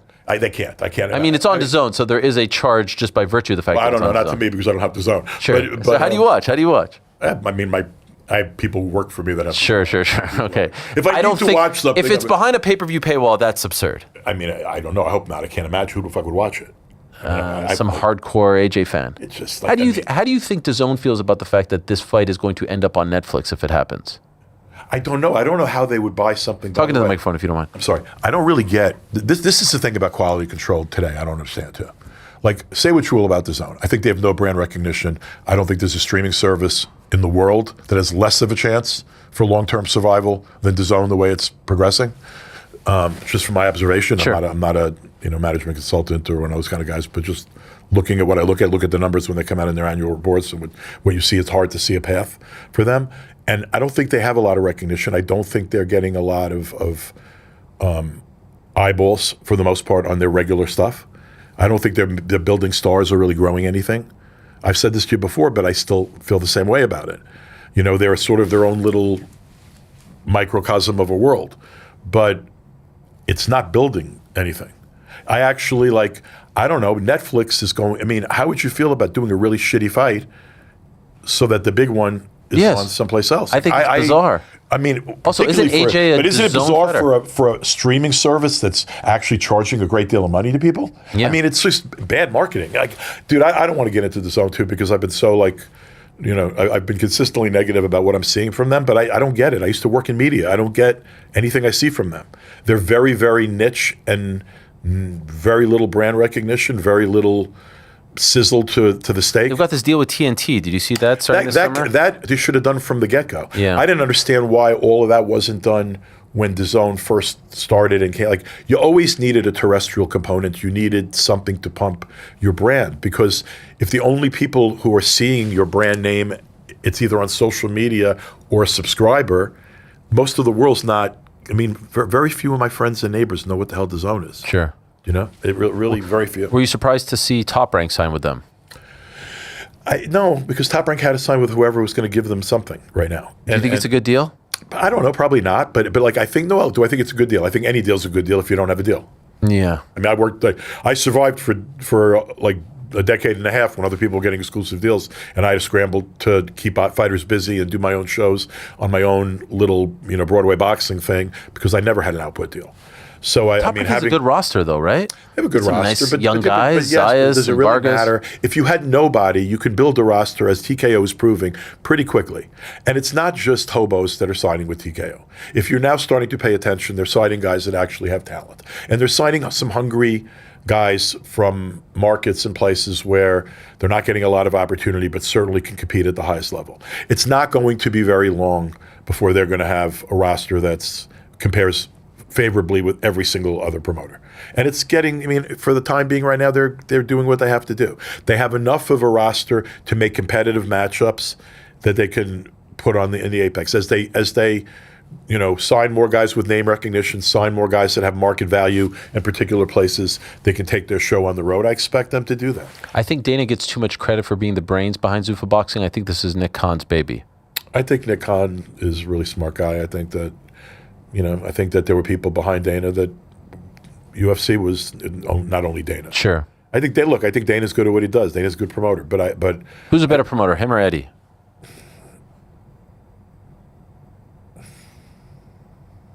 Very different. I mean, Dana. I think in terms why? I don't think Eddie has to like. They run a business at UFC. They have a model. They have a business paradigm that's their own. You could complain about it. You could say it's anti-fighter. You could say the old system was better and the new one's scarier. You could say whatever the fuck you want to say, but they know what they're doing. And to this moment in time, I can't find a surviving member in the boxing industry that I would really say today in 2026 has the wherewithal to know what they're doing and create their own thing. I haven't seen that from Eddie. I haven't seen Top Rank adapt to 2025 or 26. I've left. I didn't want to do it anymore. You don't think Eddie, Queensberry, you don't think these guys are surviving? I think they're survivors. They've been around for a long time. I think the old system's dying and dead. I think the old system's heading toward death. The old promotional system is heading toward death. I think Eddie, because of the strength of boxing in the UK and the strength of Matchroom's sports holdings in general, I'm not only talking about the boxing, the fact that they have a portfolio, the fact that he's capitalized very differently than most people's families. Eddie's family's most of a billionaire, right? So I don't think Eddie's going away. Do I think Dana has a smarter, more effective, more intelligent, better capitalized, better television connected thing going on than Eddie does? It's not even a question. What do you think of the hearing last week? It was exactly what I thought it was going to be. It's why I didn't testify. Did they reach out to you? Oh, yeah. Which side? Both. Both sides? Mm-hmm. Well, whose side are you on? Probably, I think it should have been called the TKO Act. I said that on my two previous visits here. I'm not exercised by it. I also said that on my two because it's hypocrisy. Like, what were we using the Ali Act to protect fighters? Who was enforcing the old Ali Act? I helped write it. No one was enforcing it. Was it helpful? Yeah, it was helpful by prohibiting some of what the new Ali Act's going to allow. However, were fighters protected? Was their health and safety adequately protected by the old system? No. Did the old system, does it make any sense to protect a system that has four champions of different organizations and often 3 champions, if you go super champion, regular champion, interim champion in one weight class with so many champions that people don't know who's a champion, where people, where the judging is connected to the ratings organization, and God knows how often you see suspect judging, and you know that it's co-opted by the connection between the ratings organization and the selection of judges. We have an old system not worth protecting. So I spoke privately to the people that on Ted Cruz's guys and the people on the committee that were the Republicans. I told them exactly what I thought, the truth, like what I thought. I laughed at them thinking it was called the Ali Act. I told them it should be called the TKO Act. I also told them I wasn't inclined to testify against it. And I'm not inclined to testify for it. It is what it is. By the way, couldn't the WBO or the WBC get together with Eddie, one of them, and create their own UBO? Yes, but he has said that he's not interested in doing that. Okay, but he's interested in supporting an old system that has 4 different motherfucking groups giving out fucking belts, and often to 3 and 2 people at the top of each weight class. So he wants to support that. See, this is why you ask me who's smarter. Dana's smarter. Okay, he's smarter. At least Dana and Nick understand something. The old paradigm was intrinsically broken, beyond being fixed. What do you think their ultimate goal is, though? To take it over, to control. But when they talk about a legal monopoly. When they talk about the safety, the belt, they don't give a fuck about safety. They don't give a shit about that stuff. Do you think it's ultimately about not wanting to share with the fighters? Look, the hearing was a mismatch. Like there's a bunch of shills. Okay, all the regulatory shills. There were shills. There were a bunch of fucking shills. The dude sitting up top. Shills. Yes, for the most part. Okay, you had Nico. Yeah, who I like, and I know his parents very well. Yeah, I like Nico. I think his grandfather would be proud of him because I think Nico really believed what he said, and I think he went there of his own desire. And it was impressive for a young man. It was impressive because I think he felt that way, and his grandfather I know his grandfather would have been proud of that, of the fact that whatever, even if his grandfather would have disagreed, but he wouldn't have. But I think that the fact that he took that step was very cool. Oscar versus Nick Khan is a mismatch. What do you think of Oscar? To be honest, he sold fucking Ring Magazine to Turkey. He said he regrets it now. Okay, whatever. You should regret a lot of things. I mean, and the other thing too is you should regret the fact that he helped usher in exclusive contracts with television. Happened around his time. He was looking the same way. He wasn't looking to work with other people. He was looking to stomp out other people the same way he feels that. Is there something to be said for at least the fact that he went? He at least went out there. But it was every promoter should have gone. Sure, but he still doing it. I'm not doing it. Okay, good for him. I mean, I'm not faulting him for it. And by the way, I'm not saying that he didn't make valid points. I'm not saying his points weren't valid. I'm saying that it was a mismatch, and I'll tell you why. Now, first of all, if I was there, I could have played with Nick. I could have gone after Nick a little bit. Would have loved to see it just because because I'm smarter than most of the people, than anyone that was pretty much up there. And Nick was the smartest guy in the motherfucking room, and that was pretty obvious. But here's one on for Nick. You're sitting there and you have the nerve to talk about the $200 a round minimum being better than the minimums in 47. I've never paid anyone $200 a round in any fight in 26 years since I became a promoter. I never paid anyone that little. It's an atrocity to think that. But to sit there and act like this bill is protecting fighters. Think about this. Well, actually, you fact checkers, have someone look this up.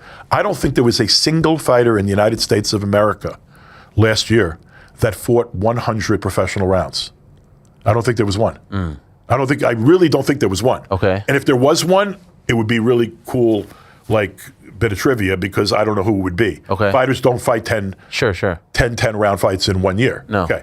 If you're getting $200 a round, before you pay your trainer, your manager, your cost of training, whatever, $200 a round is $20,000 for 100 rounds, which no one ever fights. $20,000 puts you squarely below the line where you are destitute in the United States of America. You're a poor person.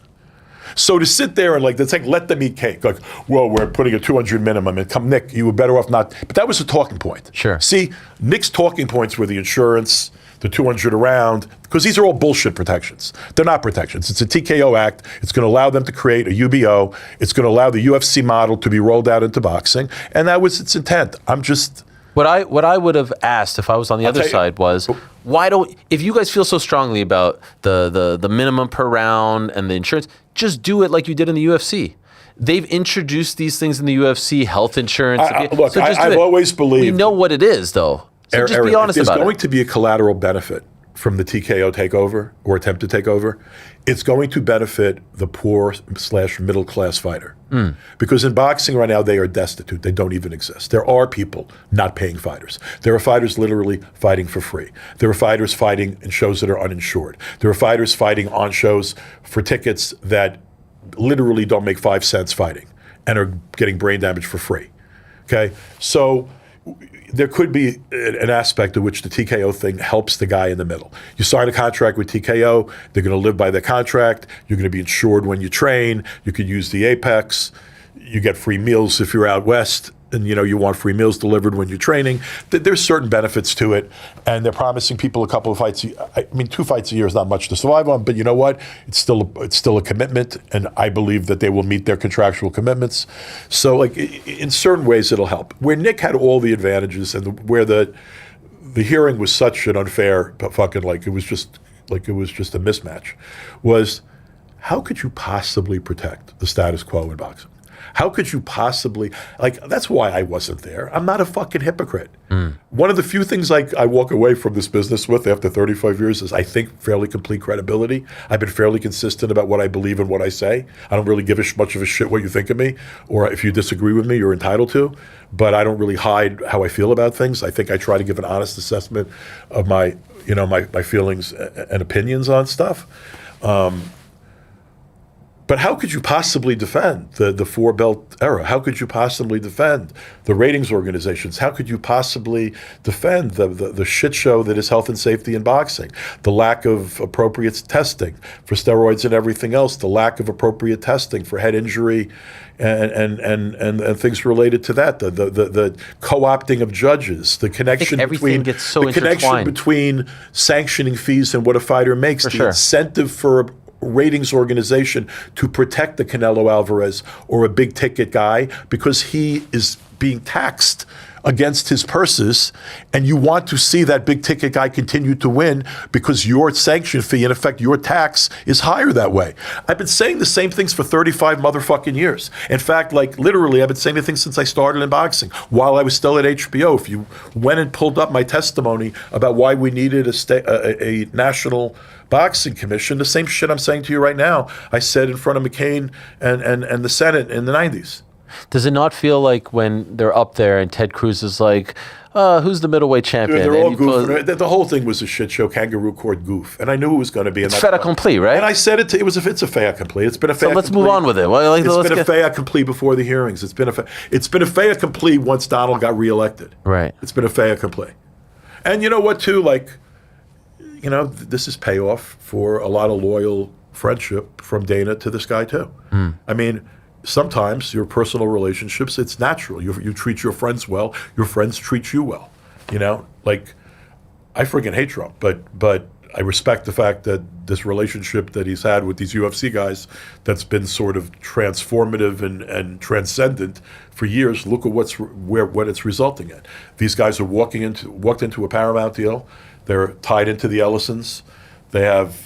Nobody has anything comparable to them in North America in terms of a head start on television, and neither will no one will. No one's going to be able to compete with them in the short term here.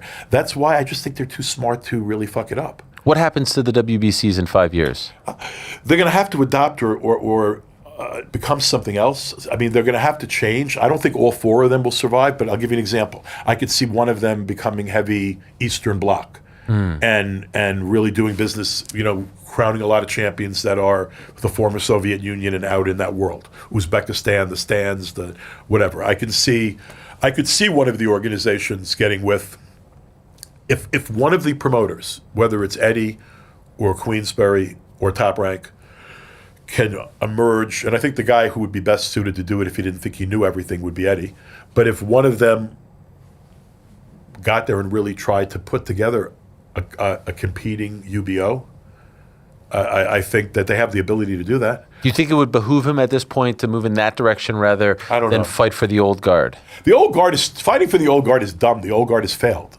I mean, one thing I was 100% right about was prognosticating the failure of the existing system and paradigm for the last 5 years. I prognosticated this.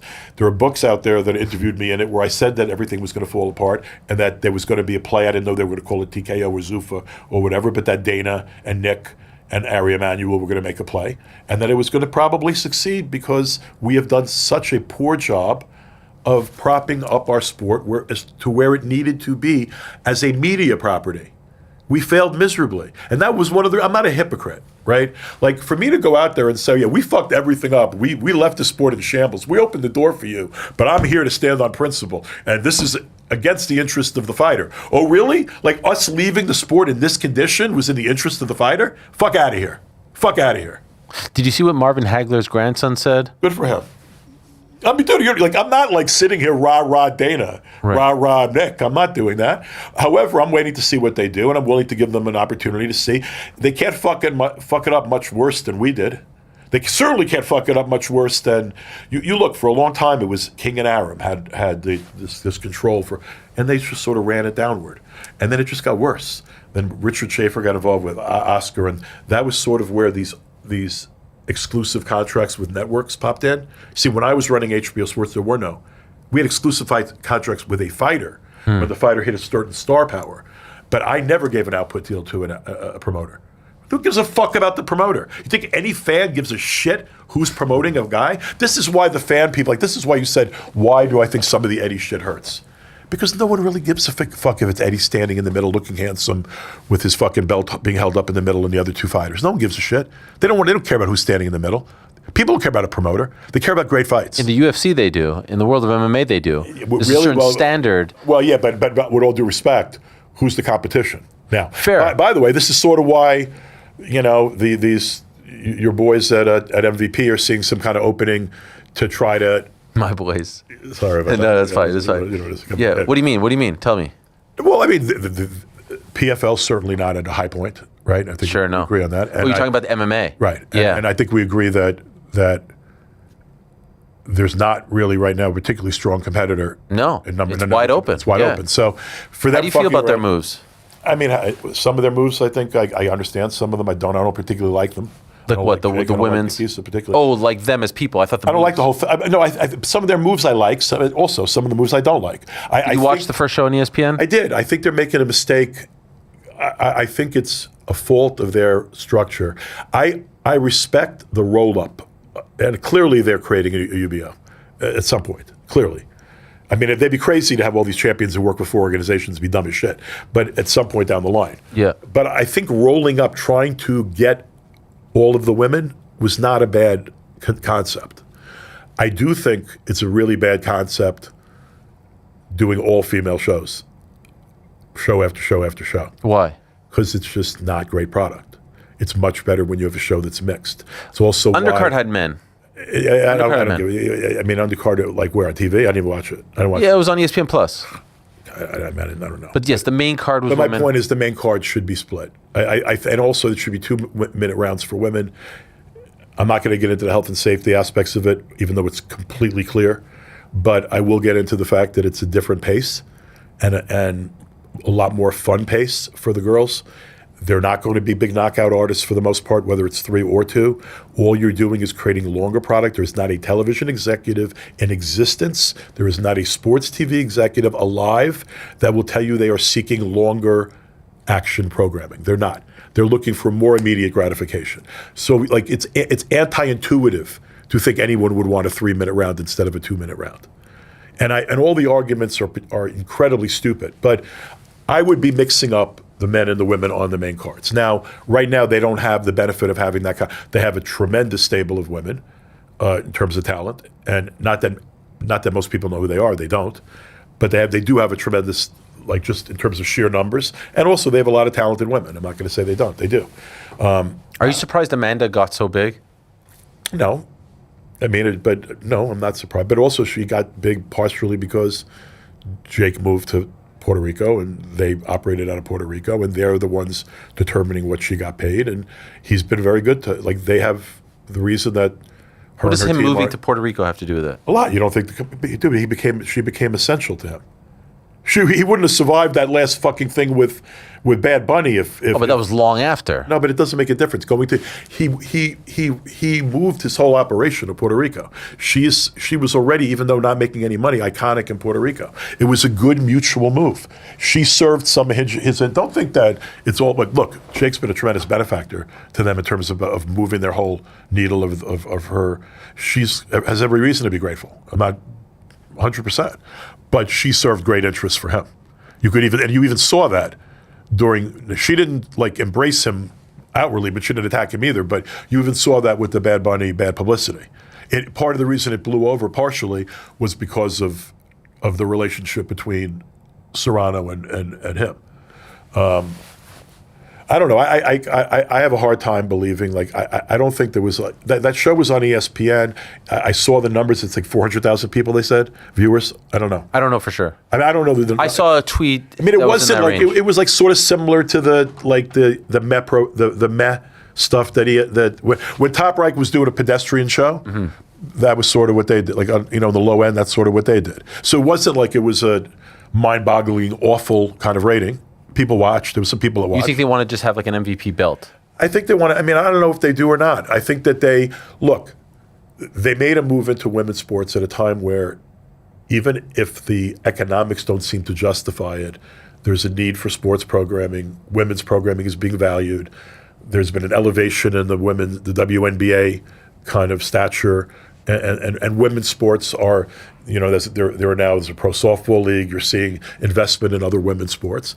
They are, in this part of the world, they are women's boxing. And in most of the world right now, they are the dominant force in women's boxing.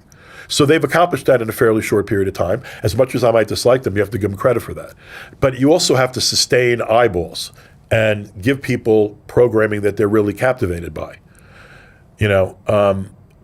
Listening to Baumgartner talk about herself, realizing she only sold 2,500 seats at the theater at Madison Square Garden for her last fight, and she doesn't want to fight anybody because she thinks she's bigger than everybody. This is part of the illusion of Jake Paul world too.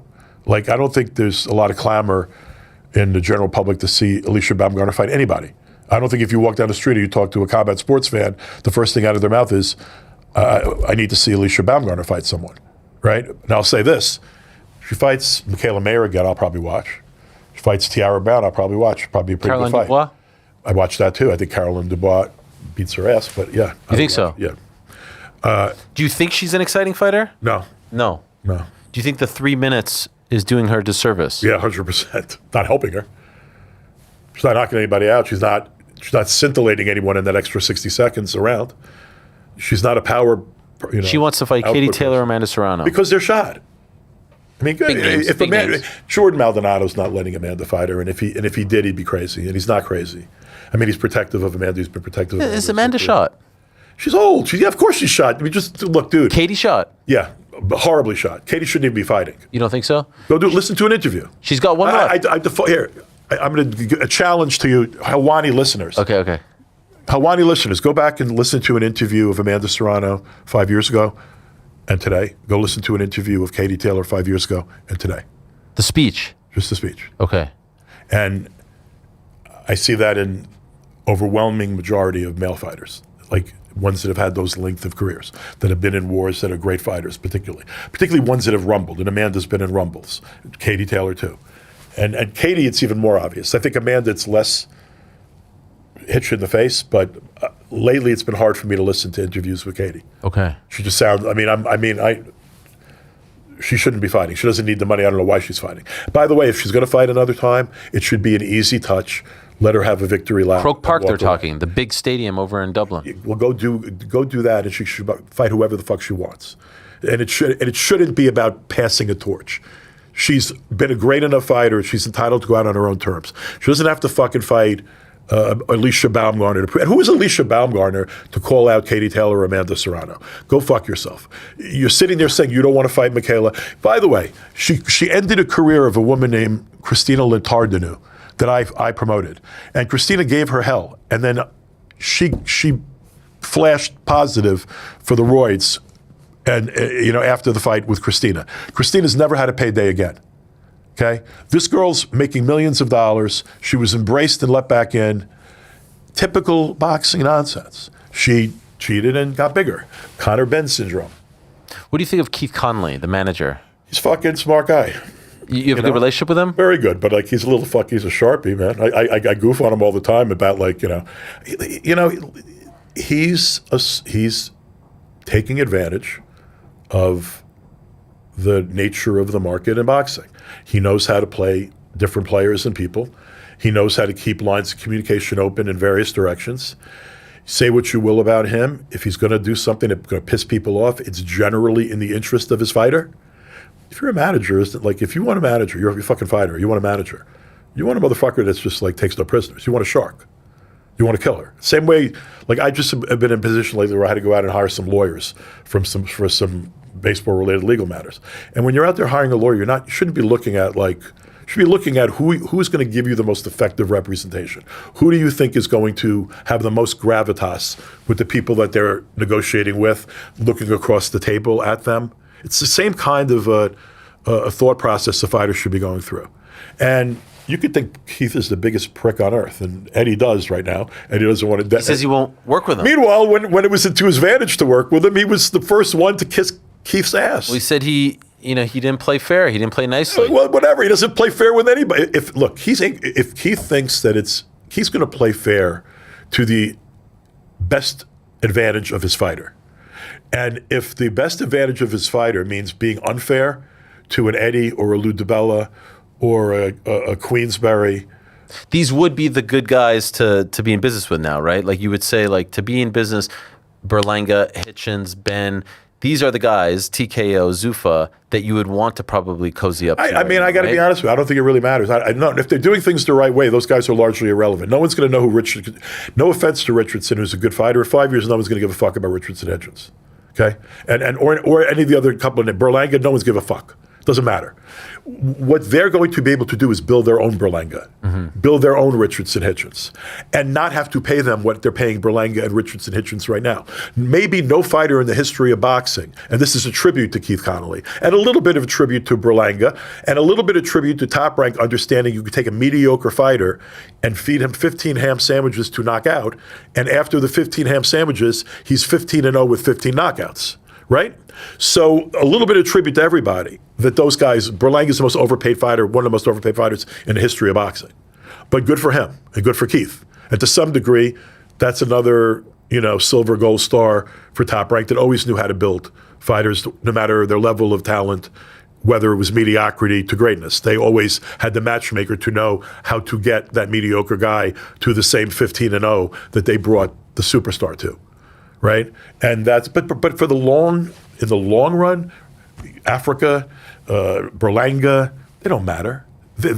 What matters is, are they going to be able to create something where they have the expectation of fighters that they're going to fight a tough fight 2 to 3 times a year for a reasonable purse that's reflective of the marketplace, quote unquote, not inflated, and stick with the TKO brand. Become a Zuffa champion, or whatever they're going to call their champions. I don't know if is it a Zuffa belt? Zuffa, yeah. All right, whatever, Zuffa champion, and build their own attractions. What do you think of the Jai Opataya situation? Because he clearly wants to still be an IBF champion. Yeah, but fuck the IBF. Who gives a fuck about the IBF? But he's bothered by this. Yeah, but dude, he's bothered by. He should be more bothered by the fact that. But he signed up. He knew. They said. Okay, they well then, you know what? He signed up for a reason. He signed up for an economic reason. I know a lot about that. So market. how do you feel about how the IBF handled it? Because they showed up, right? I don't think the IBF was wrong to either. I mean, he signed with TKO. TKO's made its desires and its policies clear. I mean, TKO's clearly trying to close these people down. I mean, look, everybody's got to be real on both sides, right? From a Jai Opataya standpoint, you got to understand something. Like, he's had a hard time making a living. He's a great fighter. I mean, he's a great fighter. He doesn't mean very much in Australia even. Like, he's not, I don't even necessarily think he's the draw that George Kambosos is, even right now, over there. Like, George achieved a different level of sort of like, crossing over. Sure. Well, he had the massive win, right? Well, and then a couple of big fights in stadiums. Yeah, Devin Haney. But he had Opataya's a terrific fighter, but he hasn't fought anyone. It takes 2 to tango, right? Yeah, but who's give me a big name, a cruiserweight. Well, the one that we wanted to see was Zurdo Ramirez. All right, but That would have been a big one. yeah, but so what? I mean, Unification bout. and if Turkey wants to pay for it eventually, it'll happen. If What about Turkey this doesn't wanna pay weekend? for it, it won't. David Benavidez moving up to fight Zurdo. This weekend has Inoue Nakatani in Japan. That's the fight. That's a fight. That's what I want. No one's talking about it here. Because it's in Japan and it's at 7 o'clock in the morning. Will you wake up for that? No. No. I'll watch it when I wake up. I almost went to Japan for it, but I Really? had a wedding. I was going to a wedding. But Why would you go? Just to I've gone to a number of us. First of all, Mr. Honda, Akihito Honda, who he's not his promoter so much anymore, but Honda runs the media for Japan. Okay. And he has run all the big events for. He invited you? Yeah, he's a close friend. So I've gone there many times to. It's going to be incredible. Oh, it's going to be. Look, the Tokyo Dome sold out. It's spectacular. I went to Inouye's fight about a year ago, and it was a spectacular. In Japan? Yeah. Oh, wow. Yeah, it was spectacular. I mean, any one of those big, and also Nakatani's got a chance. Yeah, man. I don't think he's going to win, but he's got a chance. It's going to be amazing. It's gonna be Japanese that to me fight. is the fight.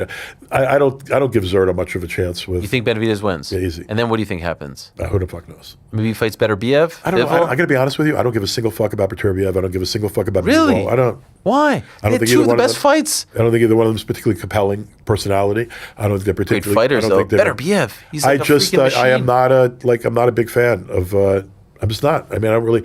I would watch. I would like to see. Look, Benavidez against Beterbiev is a hell of a fight. It's a tremendous and I fight. would certainly watch. Yeah. All right, I'm not belittling it, but I just, those guys have only fought a couple of fights against each other. As a result of that, light heavyweight as a division hasn't developed. So it's like, I mean, we're sort of recycling the same shit. Like, you and I know who Moises Sutama is. Most people don't. He's so good, though. But no right? people know who he is. In the UK, they do. Yeah, a little bit, but like everyone, yes, but not here at all. How good is he, though? And by the way, Yeah. here people don't care that much about. Don't make any mistake. You think people really care here about Joshua and Fury? Like, do you get a sense the average sports fan here gives a Not fuck? really. It's a stretch. It's a stretch. Yeah. By the way, there was a reporter in the UK, Chris McKenna, reported today that Fury is going to take another fight. Of course he is. I mean, what are we doing now? But this is how this works. Do you think it ever happens? I don't know. Probably. Yeah. Why? Too much money. Not to. Because of Turkey and Yeah, too much Netflix? money. As long as Turkey's. What do you think's buzzing going around. on with Turkey and Frank and Eddie? Do you feel there's if you read the sports, which I know you follow everything, Liv is sort of fading away. Their I don't investment. think Liv, and anyone that's sitting here hoping, and I think I'm not saying hoping. I'm saying I'm not saying you're hoping, but there are many people who are hoping, as you know. hoping what? Hoping that the Liv thing is a precursor, possibly, to the Saudis pulling out of boxing. Yeah, what do you there think? are that. No, I don't necessarily believe that. First of all, I don't believe it for a number of reasons. One, I don't think that TKO and the lawyers and the smart people around them, considering how they handled brilliantly the whole play with the Ali Act, I don't believe. I believe they have their money. Come closer to the mic, if you don't mind. So I believe they have their money secured. Like, I don't think they would be in a They don't position- need Turkey to survive. No, It's but absurd to I bet. suggest that. I guarantee you, though, they already have the I guarantee you, whatever. I see what you mean. Whatever the Saudi funds investment was, is I would bet in the bank. Got you. I bet they're not going to have to chase their initial Where's our seed money? Yeah. Now, if after that seed money runs out, the Saudis would make a decision that they were leaving boxing to some degree, wouldn't that almost be a great result for TKO? You got your seed money, you got you got a big bag to pay your initial expenses and start you off in this thing, and your partner's going to walk away. Now, I don't think that's going to happen so quick. Sure. I also think that Turkey is so wealthy personally that he might even be able to Ring magazine a little bit of the investment. Just do it money. himself. To some degree, As I a don't like. businessman, He yeah. might be able to. Do you think there's a chance that he just sticks with those guys and says, "I'm not working with you, Eddie. I'm not working with you"? Frank and him, they seem. I think it's complicated for the time being with the zone and the connections and the Saudi zone part of the zone. Yeah. But then again, you got to look at how you see. You got to take one step further. Ariel, the Saudis and the Qataris, the UAE, they're so invested in American media right now. Yeah. Larry Ellison family and Paramount, the people that TKO's deals with, the company's 45% owned by foreign money. And the foreign money is Arab money. It's Saudi money, Qatari money, UAE money. pieces sort of are connected. It's all intertwined. It's intertwined. So you don't think he's leaving anytime soon?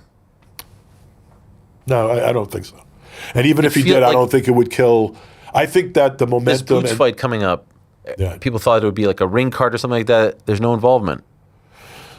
Yeah, who is that on the zone? That's on DAZN. That's and a pay-per-view. It's Top Rank and Matchroom. Top Rank, Matchroom pay-per-view. There's Dubois Wardley next week. No involvement. It seems like none of the Queensberry cards. Have Well, I any sort of- also think that, I mean, if you're reading the stuff that may have a degree of truth, Benavidez. there's been a dial down Yeah. on how much money the Saudis are spending on Riyadh season. They haven't abandoned it, clearly, but there's clearly been a dial down in what they're spending. That may explain why they're not attached to these particular fights. Do you like that fight? Boots, Which one? Boots Zayas? I think I know what's going to happen. What is going to happen? I don't hate the fight because I like Tickets. I saw the seating chart. Tickets selling. It should. I mean, it should. What's going to happen, by the way? What? What do you think is going to happen? Boots is going to win. You think so? Yeah. Too soon for Zayas? Yeah. Maybe. I think, well, you know, it's interesting because they've both been babied a little bit. But Zayas He's so young. Zayas is really young. Yeah. And I don't think Zayas has the man strength to handle Boots. I love Zayas. I think Zayas is a great kid, and I hope he makes it a real fight. And it's not the end of the world if he doesn't win. Sure. If he can show that he can hang with Boots and that's a competitive fight. It's not the kind of fight that. It feels a little bit like Garcia Tank. Yeah. Credit to you, stepping up, big opportunity. Yeah, yes, I agree. You know what I mean? I agree with that. I do agree with that. I think I'm pretty certain that I know what's going to happen. What do you make of what happened with Ortiz and Golden Boy? Virgil. I don't know enough about it to make a firm judgment. There's a lot of loyalty is not a big thing in combat sports. You know, it's one of the reasons why I think UFC figured out a long time ago that, you know, when you control the whole thing, you don't need loyalty. Right. Loyalty's never been a big thing. That being said, also, I don't know. Oscar seems to have more than his fair share of disputes with his fighters. You know, there have been a number. You know, that they happen fairly often. I don't know enough to make a particular judgment, so I don't want to do that. So I'll leave it at that. If one of your good friends was, let's say, the president of the United States, and you were in a room where you come to find out that an alleged gunman was about to try and shoot him, would your reaction to that scene be that it was effing awesome and that it was one of the cooler things you've ever experienced in your life? No, but like, come on. No, that would not be my result. It was an absurd reaction. Well, not to mention the fact that there were was- Secret but Service let me people who were question. putting their lives on the line, But that we're people sitting- could have died, hold on. and you're like, that was awesome, Well, like I first of just all- went on first the of all, freaking roller coaster at Six His Flags. reaction was exactly the same reaction that seemed to happen with Hegseth. If you looked at all the smirks and the humor and everything coming out of all the people around him, Did you and how hear what he immediately- said? Like I heard what he exuberance, said, the but happiness, the giddiness. It doesn't. Come on. I don't think you think a lot of people there were really afraid of their lives. Did Trump even look to you like he was afraid for his life? They took the vice president out before they took Trump out. I mean, I'm not going to fault Dana for that. Look, dude, Dana hangs with these people. I hate these motherfucking people. I can't think of anyone that I probably disagree with more fundamentally on more things than Dana. But I'll say this for Dana, that I have respect for Dana about a lot of shit. I respect the fact his friends that I hate them. But I respect the fact that he don't give a shit. That those are his friends. No one's going to tell him who his friends are. The same way no one's going to tell me who my friends are. That doesn't trouble me. I can deal with that. I would never react that way. I'd be under the motherfucking table. Okay? But like, dude, he's the kind of guy that's hanging with, like, him and Rogan are hanging with RFK. They're hanging with fucking Hegseth and these people. These are their boys. Why would I expect a different kind of reaction than I would get from the Trump administration? These are their boys. He's entitled to react the way the fuck he wants to. Of course he's entitled, but if you are so pro, the office... I don't think there's much. Like, I don't see the issue of it. Like would I have reacted that way? Dude, it's just absurd. It's absurd to walk Donald Trump right after fucking people are being shot in the street when you have an Epstein fucking file scandal all over the world, marching this guy through fucking your arena. events like he's a hero and doing a birthday event on the White House lawn. All this fucking shit is crazy. However, are they entitled to do it? Yes. Yes, anyone's Do entitled. I like it? I fucking find it reprehensible. At the same time, in a weird, perverse way, do I respect the fact they're doing it? Yeah, because he don't give a single fuck. Dana doesn't give a single fuck. Sure. They don't give a single fuck. Will you watch that event, the White House No event? fucking way. You won't watch it? Fuck that. Some good fights. I'm not watching that. Why? Fuck that. Trump's birthday? Fuck that. I'll be on my boat. I'll do It's in something fun. Celebration of 250 Celebrate. years. Fuck out of here. What do you mean? Blood, stop. I'm not watching that shit. Fuck out of here. When you see him being like sort of paraded down there with the Kid Rock music and whatnot. Kid Rock, too. Like, is there a greater atrocity to world music than this fucking guy, too? Like, the fact I have to see Kid Rock, the fact I'm reading in a motherfucking newspaper today that they're riding the guy around and like, they're hundreds of thousands of dollars to take a military aircraft and zip Kid Rock around with Hegseth. What kind of alternate universe are we living in? So would you have issues doing business with these people? You say you hate, what they represent, who they associate with. No, because I'm not I don't have to vote for him. I wouldn't vote for Dana for president. Yeah, but you want to do business with people that you don't necessarily I've been linked respect? to mutual dislike with Rogan for decades. Sure, like, sure. I don't give a no. I mean, I would do business with them. Sure. I mean, look, dude. You're entitled to believe what you fucking believe. I'm entitled to think you're out of your fucking mind. You're entitled to worship an orange demagogue who is a piece of human garbage. And I'm entitled to say you're out of your fucking mind. That's what America's all about. I don't fault Dana for who his friends are. I don't fault them. In a weird way, like I said, it does make me chuckle to a degree how they just double down. As you're accused of your links to these people being so strong, the reaction is, yeah, he's my fucking friend, and I'm going to march him around wherever the fuck I want him. No, you got to hubris. There's a hubris there, right? Like, I don't give a crap. You guys can complain all you want. I am who I am. I'm friends with who I am. And you know what, man? From my type of code in a Lou DiBella world, I have respect for that. Like, I do. I have respect for the fact that Dana doesn't give a single fuck about. To use a baseball analogy, do you not think that, the fastball has gone down to the 70s? He's no longer throwing 97 anymore. Who? Dana, as a promoter, you said earlier that you think he's better than Eddie, and that's debatable. No, but when you read and listen to how he I didn't speaks about the necessarily product, say that. If I had one event and I had to make Mo versus Larry, and I got to sell Mo versus Larry, Eddie will do what the fuck ever he needs to do to sell Mo versus Larry. Okay, I thought you were going to go the opposite way there. So No. Yeah, he will be a fucking clown. He Sure. will say the most untrue shit. He will double and triple down on horse shit. He'll do what he needs to do and say what he needs to say. The same way he blew Conor Benn when Conor Benn was still in the fold, and then turned on Conor Benn like he was Satan when Conor Benn gave him this. So, but for that one kind of thing, Mo versus Larry, yeah. Okay. A bigger picture thing, executing a plan, having to use your brain, having to have A, B, C, like having to go through courses of like machinations to get to a result. That's where I think that TKO has him. July 25th, you'll be locked in. What's July 25th? AJ Prenga. No. Come on. No, I will absolutely That's your not. guy. You tried to sign him. Prenga? Yeah. I will absolutely not be watching that. I will not be watching that. God, I love these chats so much. People ask me, like, when's Lou coming back? No, you know what? Like, I must get a little bit. You make it hard. You make it hard. I had a couple people. I've had offers now about a podcast. Oh, wow. Yeah. In fact, I have like an offer. Because I feel like it's because of No, these it's partially appearances. it's because of this. And yet you give us such a hard time when I have to I don't ask. think I give a hard time. I think, dude, I think very you like the entertaining. chase. You're incredibly entertaining. Yeah. Are you going to do it? I may, but like the one I'm thinking about doing would involve another person that would be like pretty significant. Like it would be like a two of us thing. Okay. So I have to think about it. I'll be honest with you though, I'm really overwhelmed by the first season in the new ballpark. So anything I'm going to start would probably not be till late in the year. Also, like Salida's trying to get me to do on-air commentary. Wow. On his fights, and I'm thinking of, I don't know. Right now I'm a little bit overwhelmed by things. So like but you know what? I have a love for combat sports, and I particularly a love for boxing. I don't want to become totally attenuated from it.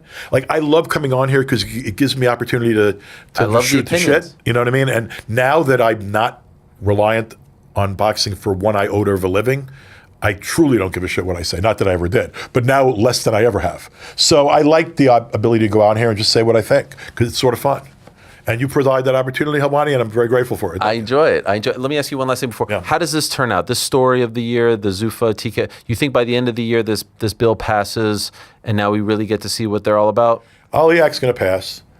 They're going to, the smaller shows that they do are going to be ratcheted up I think somewhat deliberately.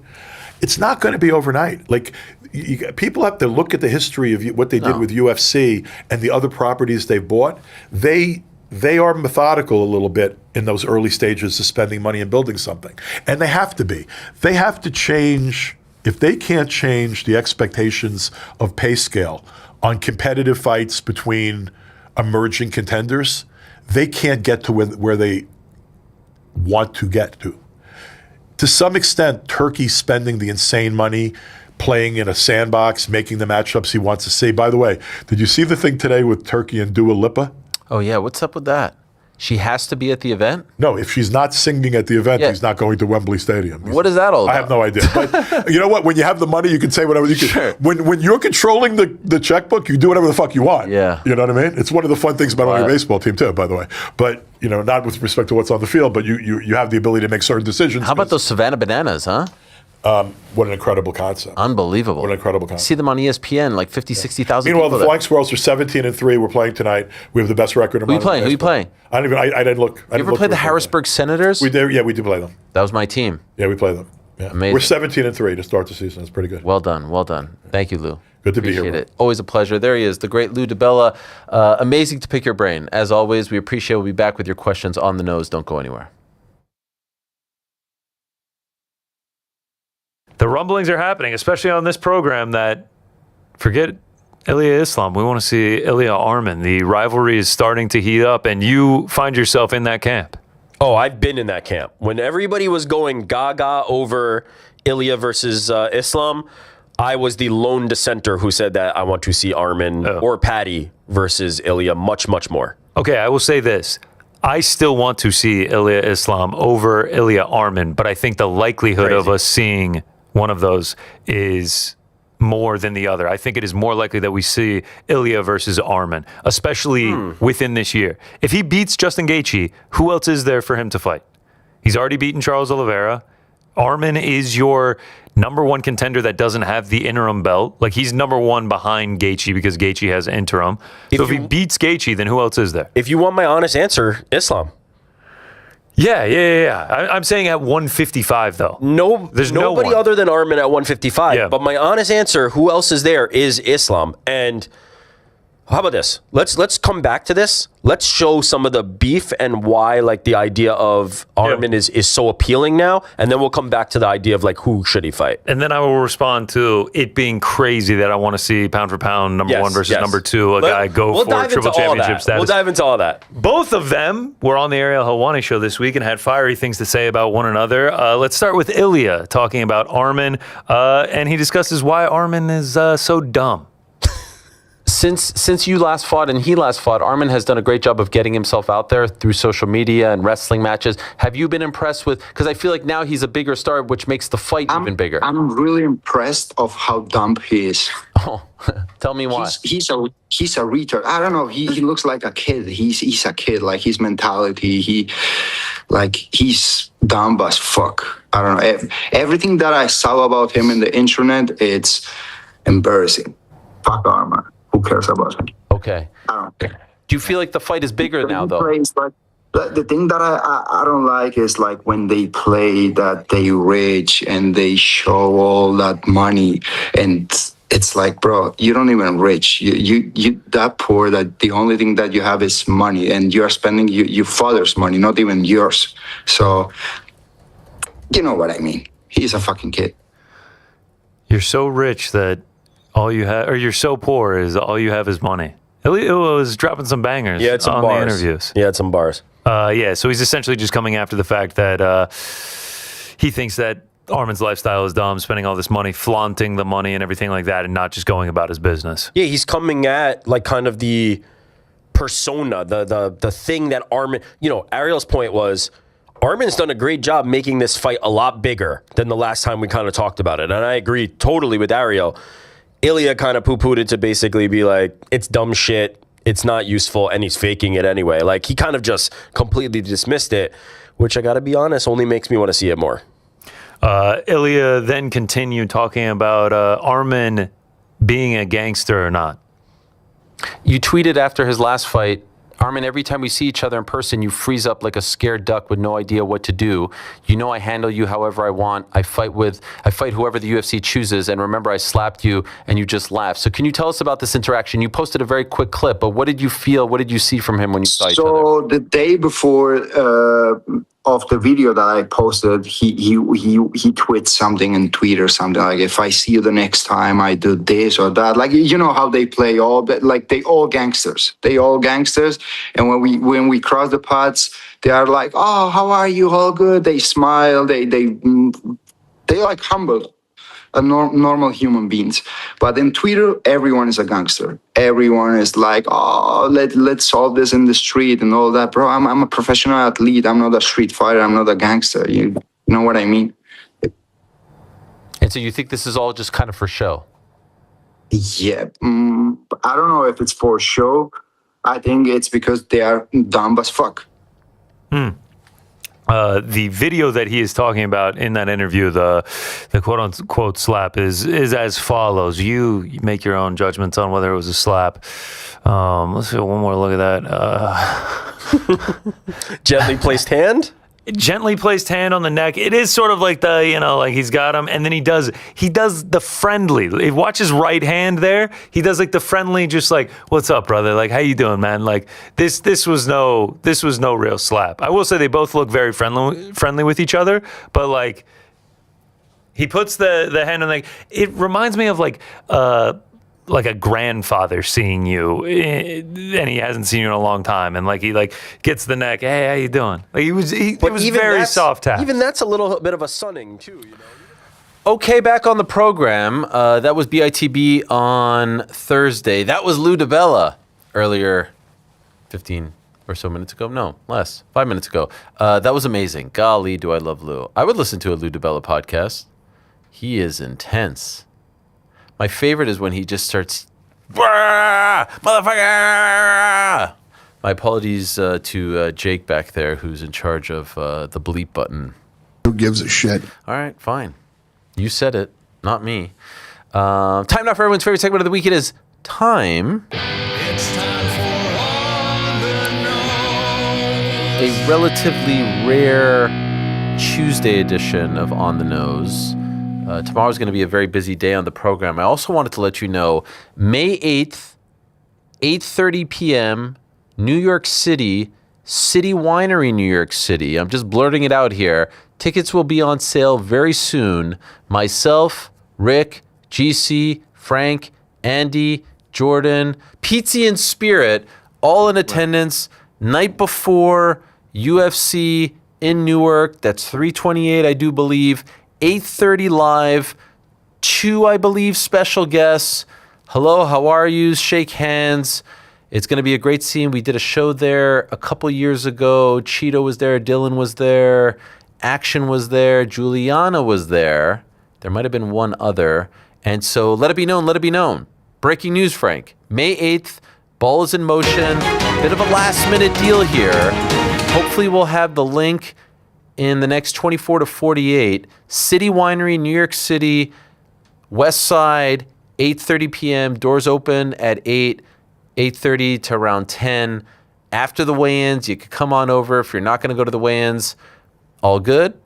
If you're in the New York City area, the Jersey area, the Connecticut area, let it be known, let it be known. We're doing a live show. A lot of you have been asking on this very segment, when's our next live show? Well, now you have it.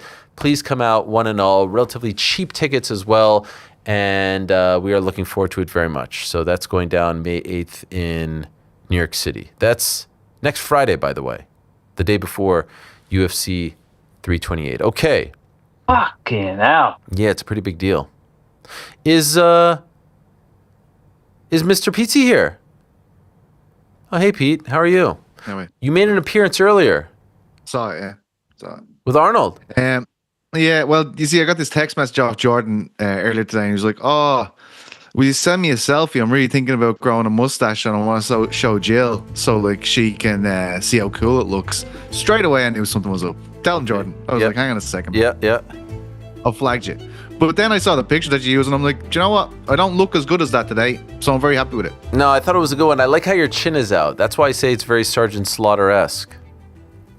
Yeah. Attention. What you think of the stash today? I like it. I say we go with this. And Arnold seemed to like it as well. He loved it. And I said to Elaine, I said, have you noticed that I've been growing a mustache? She said, no. And I was like, all right. Wow. What about that PDF, Phil DeFreeze, huh? I don't know if you should call him that. Why? I was just gonna say, man, is PDF sticking? I don't think it is. I like PDF. No, on the guest list. It doesn't all mean week, what I you kept think it seeing means, PDF, mate. and I was like, You know what I'm saying? What? It doesn't. A PDF file. The regular. PDF file. Say it fast enough. Stop. PDF file. Whoa. The regular contenders in KSW, they're like your typical Word document. No. He's a PDF. He's the next level. Breaking news on the program. Yeah. Phil DeFreeze, PDF file. Oh, God. I didn't think He's of a that. big man. You know, he can catch birds. I just with his love. bare hands. You notice that when he's talking, he goes like. Oh yeah. Give us the full. like that. You didn't give enough eye there. I love a lot of like raging, like the eyes when he talked, like wide open. Oh, this is good. This fella, though. I love him. He's a jolly giant. Is he not? He's such a great guy. So animated, it's great. Also, Animated. all like everything is a good luck charm. Oh my god. Yeah, my lucky rash guard. Yo, my the lucky daughter's gum hair. shield. The daughter's hair in the cup protector is insanity. It doesn't. You know, go we well. taught his daughters how to catch birds with their bare hands as well. That's incredible. Do they do it, or he just teaches them? They have done it. Wow. They have done it. Here's Jamal 2020 leading us off. GC, please blind rank these 5 weekend activities. Okay. Brunch. Ooh, I feel like you're a big brunch guy. I fucking love brunch too. Going to the movies. Love the movies, but I'll go 3. I got to hold out number 1. Apple picking. I'll go 5. That's seasonal. I can't do that every weekend. That's once a year tops. Going to the brewery with the boys. I just don't know what the last one's going to be, so I'm going to go 4.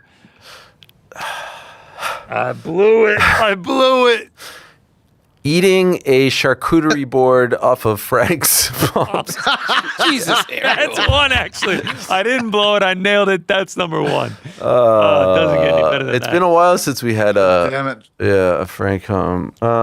Ariel, this is from Shake Turkey. If Connor fights Max instead of Jorge Masvidal, the Masvidal one is not a thing. He will be on the show tomorrow, so we'll hear from him. I feel when presents real problem while I think he meant 1. I feel 1 presents real problems while the other is extremely winnable. Question is, do you love either of those fights for the legacy? Oh, Jesus.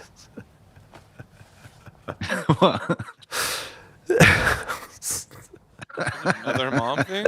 Question is, do you love either of those? Oh my god. Those fights for the legacy of Frank's Bob's ass. It was such a serious question. I was like, why is he losing it? And then we got so good. we got there. It's so good. Back to We back. we need like the graphic that they made for Ilya that says shaves ass, but it's just mysterious Franks and it's kisses ass. Left leg Blurred cemetery. Go Connor, please rip a blind ranking of these milestones in a match. Oh no! Are we going 3 for 3? Is this a triple header? Number 1 stays open because High school graduation. 4. First time driving solo. It's a crazy experience when you're in the car alone. 3. The day a man becomes a father. I haven't experienced it, but I've heard good things. We'll go 2. Hitting a complete main card parlay. That's a good one, but we'll go 5 because we know what's coming. And making the decision to join the Bald Beard Brotherhood. Number 1. What's your biggest milestone so far? Give us a fucking answer, Baldy. Career-wise, he asks. That's a great question. I feel like I can't say it right off rip. I don't know. You don't have a milestone career-wise? Greatest achievement? Joining the team, man. Joining the team, yeah. There you go. That was a layup. Right? That's a good one. Game night to this? Making Brady duck him, whooping out his ass on the Hey, on the there's a bike, lot to narrow it down. So there's so much. catching that fish. I forgot the Ade one. That was some performance.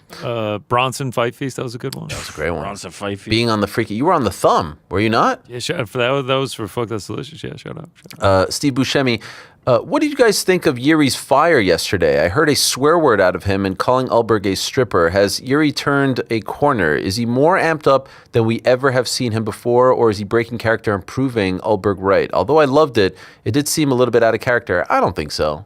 He seemed appropriately fired up. He seemed, he wasn't offering excuses. I thought it was a fine performance. I mean, he became a dad. He was happy. Could you imagine the emotions this guy is feeling right now? He is so intense about his fighting career. He made a blunder. He acknowledges it. Whether you like the way in which he acknowledged it or not, he acknowledges it. And then he became a father like 2-3 days later. That is as wide a range of emotions that a fighter can feel. You lost a UFC title fight, and you become a father for the first time within the span of 2-3 days. And oh, by the way, it was one of the most shocking losses in UFC title fight history. So I think he's handling it pretty well, all things considered. Now, we're judging him based on a 20-minute Zoom interview. Who knows what's going on behind the scenes? But for the most part, I feel like, I don't know. Did you guys think that he was broken or unhinged or anything like that? It felt like a very Yuri interview. It didn't feel out of the ordinary at all for me. Like the same level of intensity, the same commitment to returning better than ever. Like, I don't know. It felt pretty on brand for Yuri. Yeah. Honestly. I agree. Here's Joe who says, one for New York Rick. Please blind rank these iconic Helwani interview moments over the years. Sure. Chael, Nog, Horse, Bus, Carrot. Jeez, this is the first one up? Yeah, it's a classic. I'm fucked. 2 just because I want to leave one open, yeah. James Tahuna. 3. Machida Sr. drinks his own pee. Oh, fuck. Legendary. 4. Pecan Pie up in this. 5. People Like You Get Slapped. Yeah, perfect. 1. Not bad. Yeah, I did pretty good on that. Here is Ace Crouton who says, hey, Ariel, where does Aljamain Sterling rank in the greatest of all time discussion? If he becomes a 2-division champion, top 10, top 25, he's a solid fighter, but never came to mind back in the day when thinking of guys who can move up and get it done a second time. Really hope he gets a chance to do it. It's a great question. If he, let's say Movsar loses to Alex and Aljo fights John Silva and wins, and then Aljo beats Alex, you'd have to, is he top 10? I mean, that's a 2-division champion, legit. I don't consider him an illegitimate bantamweight champion.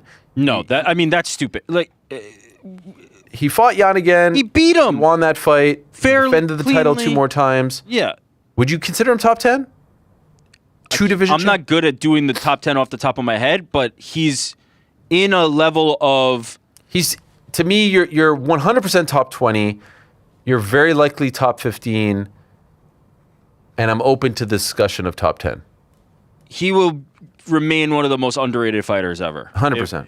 100%. If he does it. Because people will have, they always seem to have some kind of like justification, excuse. If Volkanovski beats Movsar Evloev and Aljamain Sterling ends up getting a title shot and beats him, I guarantee the only thing they'll be talking about is how washed Volk is. He just will never. He is one of those guys who just never gets credit for his wins. But he's already just a fantastic fighter, like one of the top guys we've ever seen. To do it in 2 weight classes the way he's doing it. But yes, that would put him in very special territory.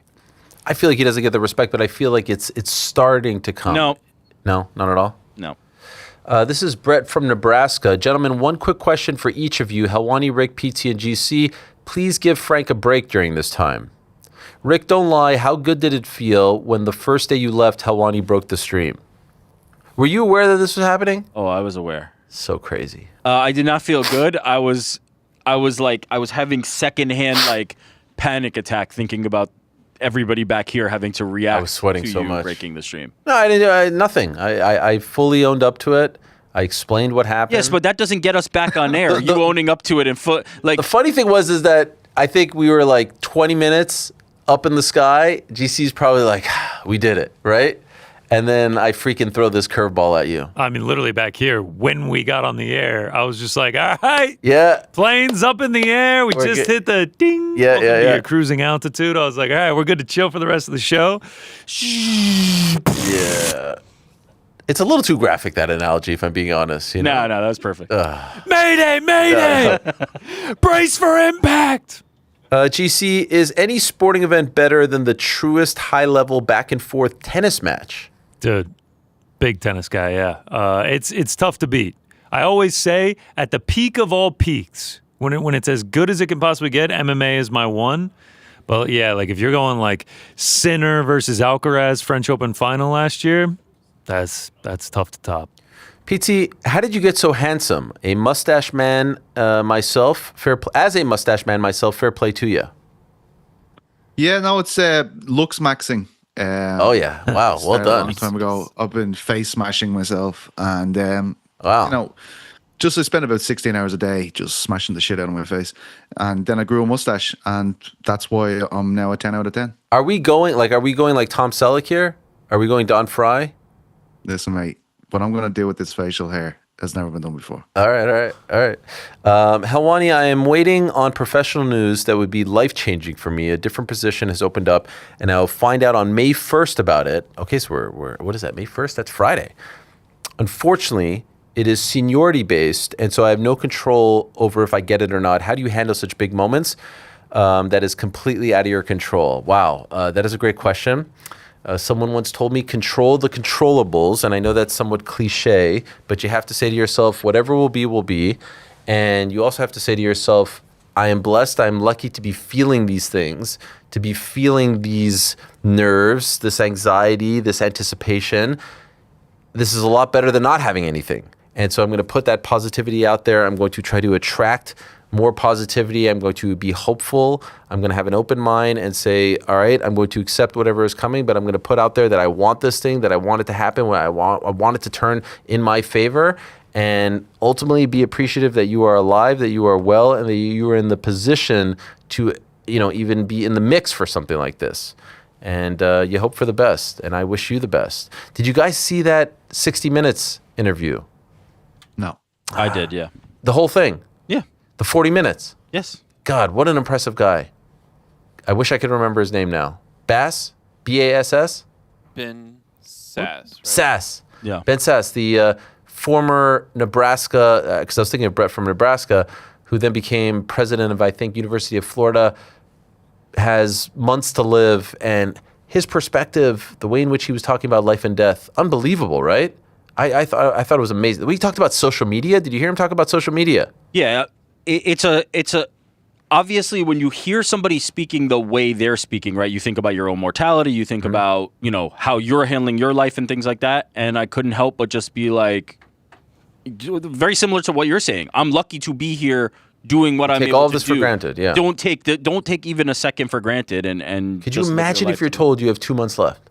Well, How much time would waste? Him handling it that way does make it easier to imagine that scenario, right? Because then you go, I hope I have the grace. I hope I have the ability to handle it in the way he did it. And maybe there's a bit of comfort in that, if I'm being honest. With a smile on his face. Smiling. Just optimizing his life that is left and spreading a message that I think is very positive and encouraging for everybody. Oh, the way he talked about social media, the way he talked about kids being born and the lack of kids being born and politics. He's a Republican. He's very critical of the Republican Party and what it's become. The one part about his kids growing up and then, saying that like this is all God's plan. He's okay with that. He's at peace with that. There's no maverick molecules out there. Highly, highly, highly recommend. It's about 40 or so minutes long. The full interview, tremendous stuff. And I thought the 60 Minutes correspondent did an amazing job as well.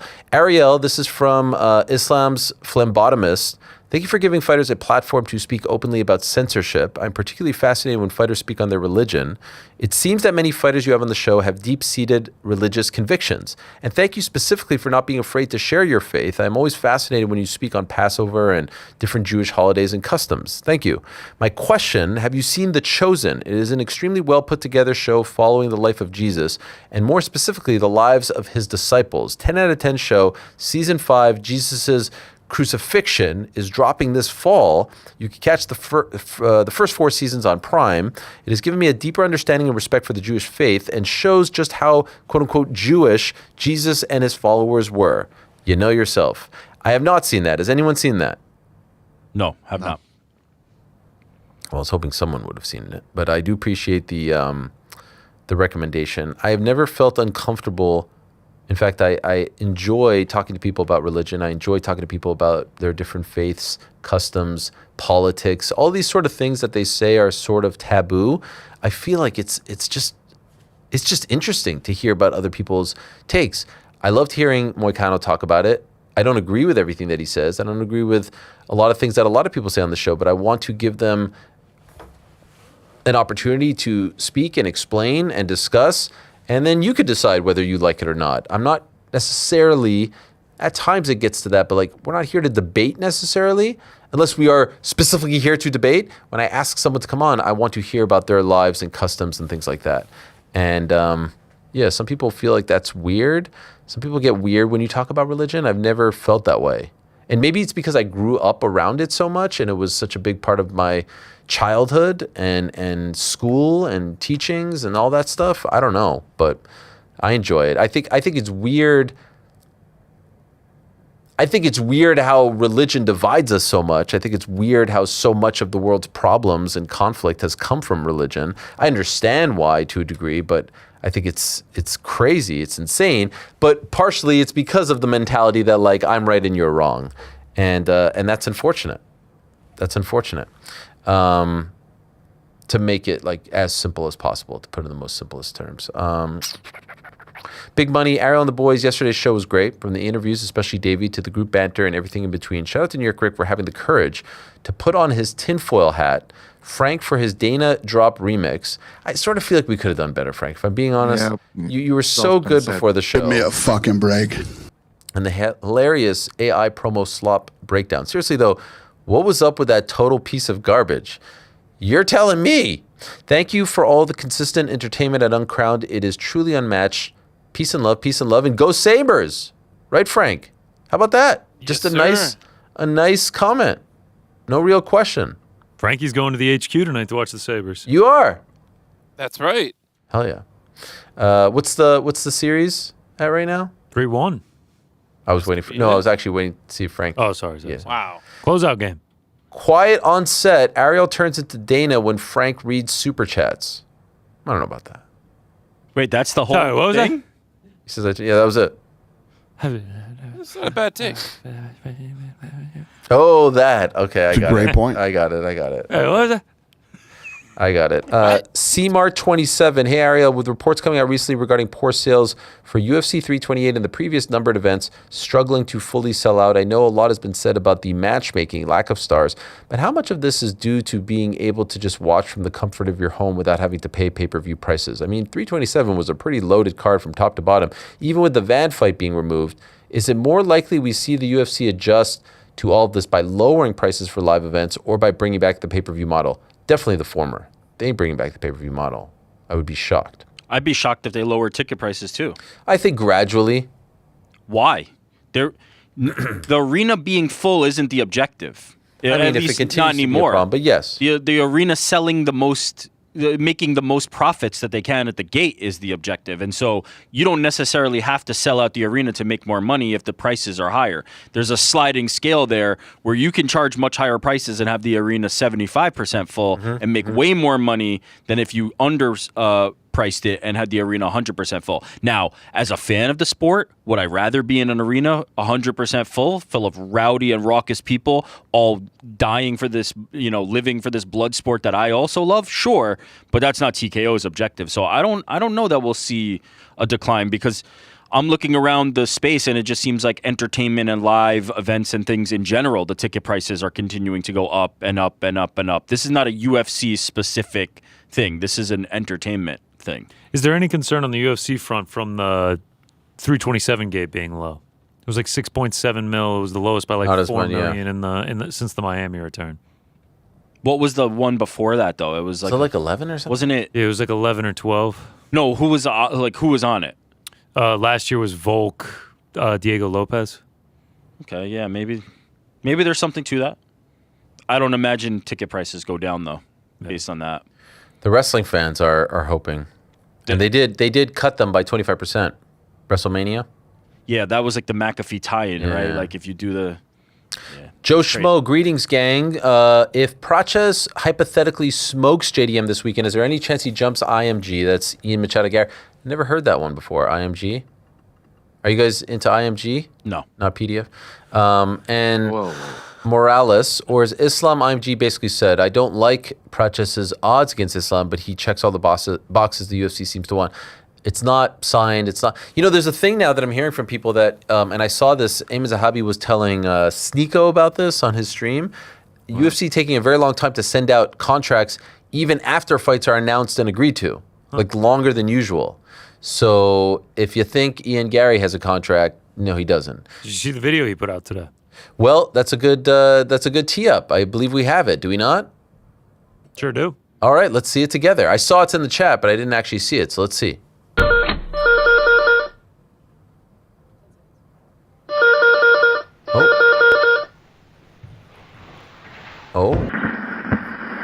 Oh, okay, this is something. I just got chills. Does this mean something's happening? I hope so. Between We've been him getting a lot of. No, but this time the phone actually rang. Yes. It wasn't just him laying around listening to the Ariel Helwani Show. Got it. The phone actually rang. I think he's got it. I think it will be in August. I don't think Praches jumps the queue. But he'll be, pretty damn close. I wonder what they do with Morales. What do you think they do with Morales? One more. Yeah, but who? Yeah, Praches. Whenever Praches. But then he's going to wait. He's going to be out for a very long time. Right? I mean, you could always just wait. Fighting this weekend, and now you got to... I know, but if Ian gets that fight, there's no telling when Islam's going to fight again if he wins it. Uros Medic, UFC Serbia? Huge. Wait, versus Morales? The flight's to Belgrade if that's the case. Big fight. Oh, boy. Is it? I like it. No? All right. What? Pete, how long of a flight is it for you?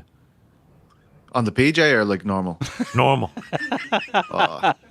3 maybe. PJ. Oh, it's easy. I'll swing by Dublin, pick you up. We're off to Belgrade. Well, I could have the PJ. I'll get you and go back if you want. Yeah, I'd want that. Yeah, man, that sounds good. Yeah, okay, no problem.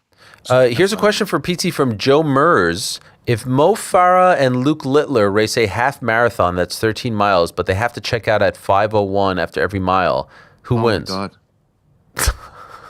That is a fucking brilliant question, isn't That it? is a crazy question.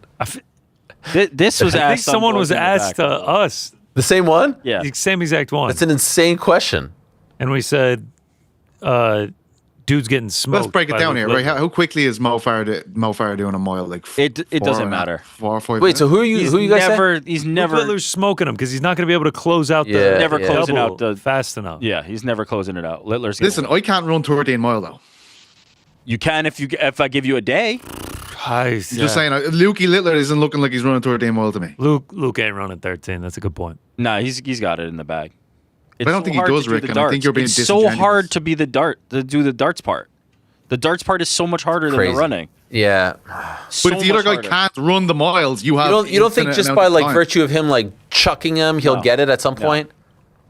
Maybe. Yeah, I think And then so. he'll I mean, we know what happened in the Glimmerman Ariel, you know what I mean? So I have to say I've seen miracles happen. Yeah, you remember when I walked up there? And your Mark hunted me. Yeah. Yeah. Mark who? Okay. He also asks Joe if we could get Dave Allen on the show because he's got one of the best socials in the game. And yes, I would love to get Dave. Wait, sorry. He asks as Joe or he asks Joe? Who's No, Joe? Joe Mers. Who's Joe? Oh, okay. Like he asks, comma. Got it. Joe asks. Yeah. Who's Joe? Joe's again here with us. Joe, you're talking about the Ilya thing. Yeah. Let's say Ronda beats Gina and firmly claims the New York Rig Comeback Fight of the Year. The crazy thing is she may actually win it. Guaranteed. She doesn't even have to win, by the way. But yes, keep going. This is one of the longest term storylines of all time that may actually come to fruition, which is insane. Which fight would be bigger? Kayla in the UFC, Cyborg on Netflix. Oh, come on. Kayla versus Ronda would be like she'll never do the Cyborg. No. The Cyborg thing, we heard her talk about Cyborg. There's no chance she would ever fight Cyborg. I don't think she'll do the Kayla either. The one I really want the is Kayla Cyborg one is actually versus easy Kayla. to make happen. Wait, how? Yeah, just go and sign with UFC. Yeah, it does feel. She's only tied to them for one fight. She can literally walk across the street and. We talked about this and wondered, is it has she dug her heels in too deep, right, with the anti-UFC rhetoric? Has she planted her flag to a degree? No. I suggested UFC would still take her back. Oh, from like a public perception? Like you'll look like a hypocrite? Well, yeah. Oh. I mean, how can you spend this whole time shitting on the UFC and talking about how they don't pay anyone and be like, I'm going to go fight for the UFC? Yeah. I don't know if I don't think the way that she's talking is aiming for a Kayla Harrison. No, not at all. No. But yes, I do think that could happen. The one I want is Cyborg versus Kayla, but that will also never happen. Ronda Holly 2. Interested? For sure. People watch it, yeah. There's a story there, right? Oh, yeah. People will watch, yeah. Interested. Are the UFC going to sell the rights to that KO, though, so they can play it on the promo? You don't need to. That's a KO that you put a photo up, you mention it, and everybody has it in their head. You don't need the video for that. Here's Ryan Holland who says, what does a win over a roofie actually do for Michael Chandler? Where does he go next? And how does Kevin Lee fit into all this? It makes no fucking what sense. A throwback. I mean, how big of a dog is Michael Chandler? Let me tell you right now. I'd say he's about 5 foot. I'm assuming he is a dog. He is absolutely a dog. Mauricio Hofi minus 600, Michael Chandler plus 450. Plus 4. Who's the biggest dog on that card, I wonder? That would be... Could be... Justin Gaethje. Justin Gaethje, right. What is he? Topuria minus 800, Justin Gaethje plus 550. Chandler's currently 13th. Hoofy's 10th. I mean, it would be a gigantic win. It would be... Is it winnable? He could win that fight. Let's see where he's at. No? No. He is 1-5 in his last 6. He's 40 years old. The title picture is gone. I mean, it seems like Michael Chandler is perpetually in the spot of maybe he can get that second remaining fight on Conor McGregor's deal. That's about it. Like I don't know what else is left for him. I mean, he's 2-5 in his UFC. He just celebrated his birthday too. Happy birthday. Not a bad spot to be in, though, for the McGregor fight. You know what I mean? Like, if that's His what you're name's holding been out for. linked. It makes sense. By the way, that might be the answer right there. Yeah. You win that fight, and Conor wins. That's maybe the last fight. The question I'd ask, maybe they both lose, Or maybe and they it both makes the lose. same amount of sense. Yeah, that's true. That's a good point. the only rub there in my mind is if Conor McGregor is perceivably I going know what to you're gonna fight say. his last fight for Yeah, the UFC. you wanna build his name You off don't of- want to put yeah, Michael yeah. Chandler as the Yeah, guy in that yeah, spot. That might be the Patty Pimblett spot, right? That might make sense. Yep. Or Ilya Taporia, right? You send him Carlos out Praches. with that Carlos Praches. So I don't know. It's a tough spot for Chandler. You just gotta hope you can rope in a big fight. Matt Chawiwis says, hello, Ariel and crew. Happy National Superhero Day. Hi there. This question is mainly for Frank. Frank, is there a known bug with the Apple podcast streams? I've noticed lately, especially during the last BITB show, that the audio frequently jumps back about 30 seconds, repeating what was just said. It happens on the AHO occasionally, but it was particularly bad on the last episode. Is anyone else experiencing this, or is it just me? Sometimes, I don't know. Have I experienced that? I don't know. Frank, do you know about It's this? the first I've heard of it, to be honest. Yeah. You'll look into it. I will definitely look into it. He says, cue the Darren Till, keep my fucking name out your mouth. That is the one he was talking about. Yes, as always, peace and love. He also asks, thoughts on Millwall in the Premiership? Are they close? Pizzi. I don't fucking know. Millwall wouldn't be my favorite team. You know what I mean? So, Oh, Ipswich, 0-0. Where's Millwall? I Oh, think yeah, it they're was not third. 0-0. Paris Saint-Germain have beaten Bayern Munich 2-1. Wow. Semi-finals. Wild. You said you had some Pratchett's video footage of him playing football again. I want to give him the... Let's see the breakdown. That's a great... Thank you. Thank you for taking the bull by the horns there. Here's Carlos Praches and friends playing a little bit of football yesterday in Perth. Here we go, PT. Break it down for us. Quite the respect being shown here, shaking hands, and you got to respect it, right? Good volleys, no problem there. Keeping the ball close to his body. It flew away from his body. Was that Benil Dariush or was that... Yeah, that was Benil. Yeah, that was Benil. Oh, here's Pratches. Okay, here we go. These are nice volleys. Oh, that's very nice. Did do a sudden jump cut there. I wonder what happened to the ball after it landed. I wouldn't wear sunglasses on my head when I'm playing. Right. Okay. Bit of head volley here. Beautiful. Okay.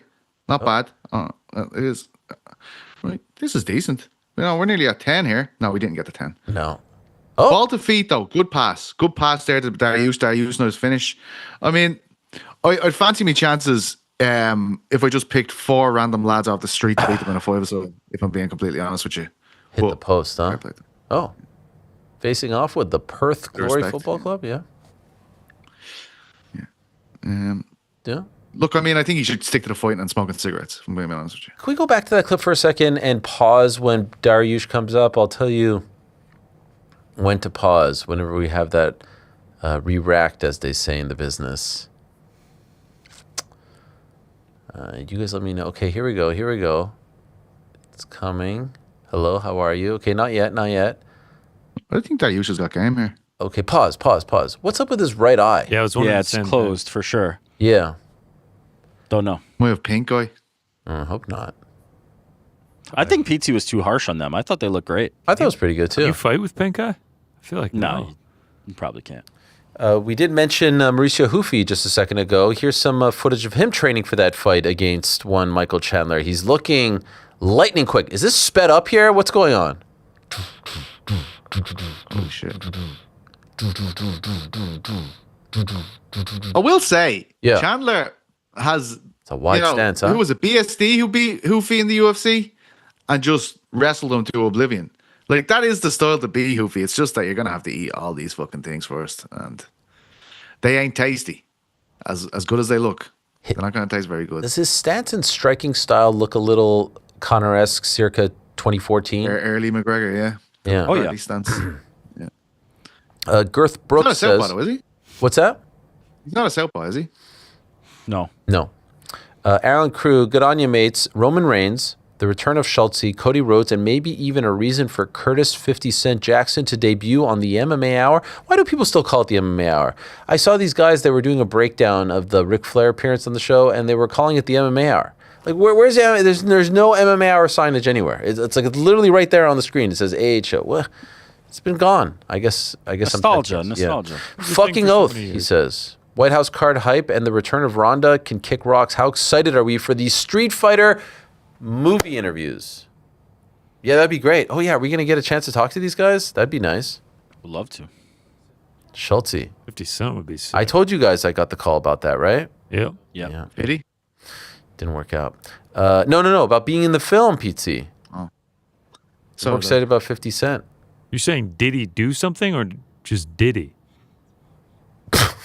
Yeah, what's up with that? Dave. PDF? Ariel. I watched my first Apex card in a while, and it's not that great, especially when fights go the distance. Do you have any idea how they can make it more entertaining? Maybe Pat McAfee can be in someone's corner or Jelly Roll as a guest judge. This guy gets it. Yeah. Brantley, hey Ariel, since you and Rhonda are on better terms with the upcoming Netflix card, have you tried getting her on the program? Yes. I'm sure you still have a million more questions you'd love to ask her, and I have a feeling after this fight she will disappear again. Very possible. We're trying.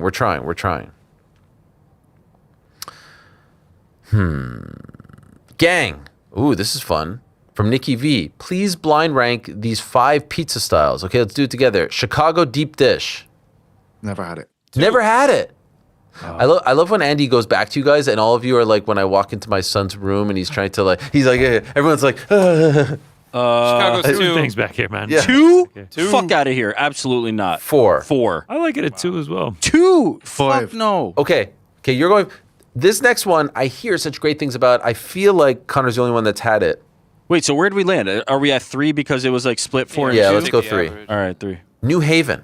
Oh, I've never had New Haven. I'd go 1 as well. It's so 1. good. What do you compare it to? They say it's like is it like where in Italy is the New? It's thin, right? Sicilian, yes. It's very thin. New Haven's in crispy. Italy. It's, Wow. it's fantastic. Yeah. No, Yeah, I like New Haven pizza better New than Haven New pizza York. is better than New York style. 2. I'm okay with that, yeah. We'll put it at 2 now. Is stuffed crust on this list? Neapolitan. So what's Neapolitan? That's the new Italian one. The Is thin that one like you're talking about. is that like when the cheese is like when the sauce is above the cheese? No. That's the grandma style. What you were describing is the New Haven is the Neapolitan. Okay. It's good. I'd say 4 though. Yeah, I don't know what the distinction is. Detroit style. Geographical. Detroit style are the squares, right? Yeah, I'm good. Neapolitan pizza comes from Naples, Eric, by the way. Neapolitan is not New Haven. Thank you. Yeah. So what? But Well, what is the? he was asking. Where do I Neapolitan get has, like, that? A little puffier crust. Yeah, it's I feel puffier like, crust, yeah, but and it's just I've like been to pan- Naples. That can be I a had four. pizza in Naples. Can you break it down for us, PT, please? Yeah, go ahead. Oh yeah, that's what I was thinking. The very puffy crust. Yeah. Oh, I love that. Love that. Good. It's quite good. That's the one that I had in Rome, I think. But I actually stick by our rankings. I like New Haven, New York, Chicago, PT. Neapolitan. I would have moved Detroit. Chicago down and Neapolitan up. You and I need to go get some New Haven. A good deep dish is. No, that's not pizza. That's lasagna. It's good, but Not like lasagna, you actually, can have because just there's no so much there's no top. no lasagna pasta in noodles. it. You know, Yeah. Rick doesn't always have casserole the I can best give you. takes. That was it. That was the Yeah. one. It's fucking lasagna. It's a Dish that washes casserole. If you're the gonna Whatever shit it on is, it, just call it a that's fine. casserole. Whatever It's a it is, sandwich. you can call it whatever It's you a want. It's not lasagna. pizza. It's not pizza. Whatever it is, And you you're call not it whatever right. you want it. And you are not right. It's a bread bowl I think that we you all need to pour calm shit down. into. It's Why not- why are you so averse to If saying you want it's to a have casserole? a good Chicago It's a pizza, casserole. if you It's want to great. have a good Chicago pizza, check out the Home Run Inn. Check out. oh, the best. But Home they Run Inn is actually do. fantastic. They actually don't do deep dish style. They do the other style. Correct. do the other What's our Chicago spot, style. Frankie? Geno's? No, Daniel's on Grove. What's it called? That's the one. Yeah. What is it, Jordan? Emmett's. Shout out to Emmett's.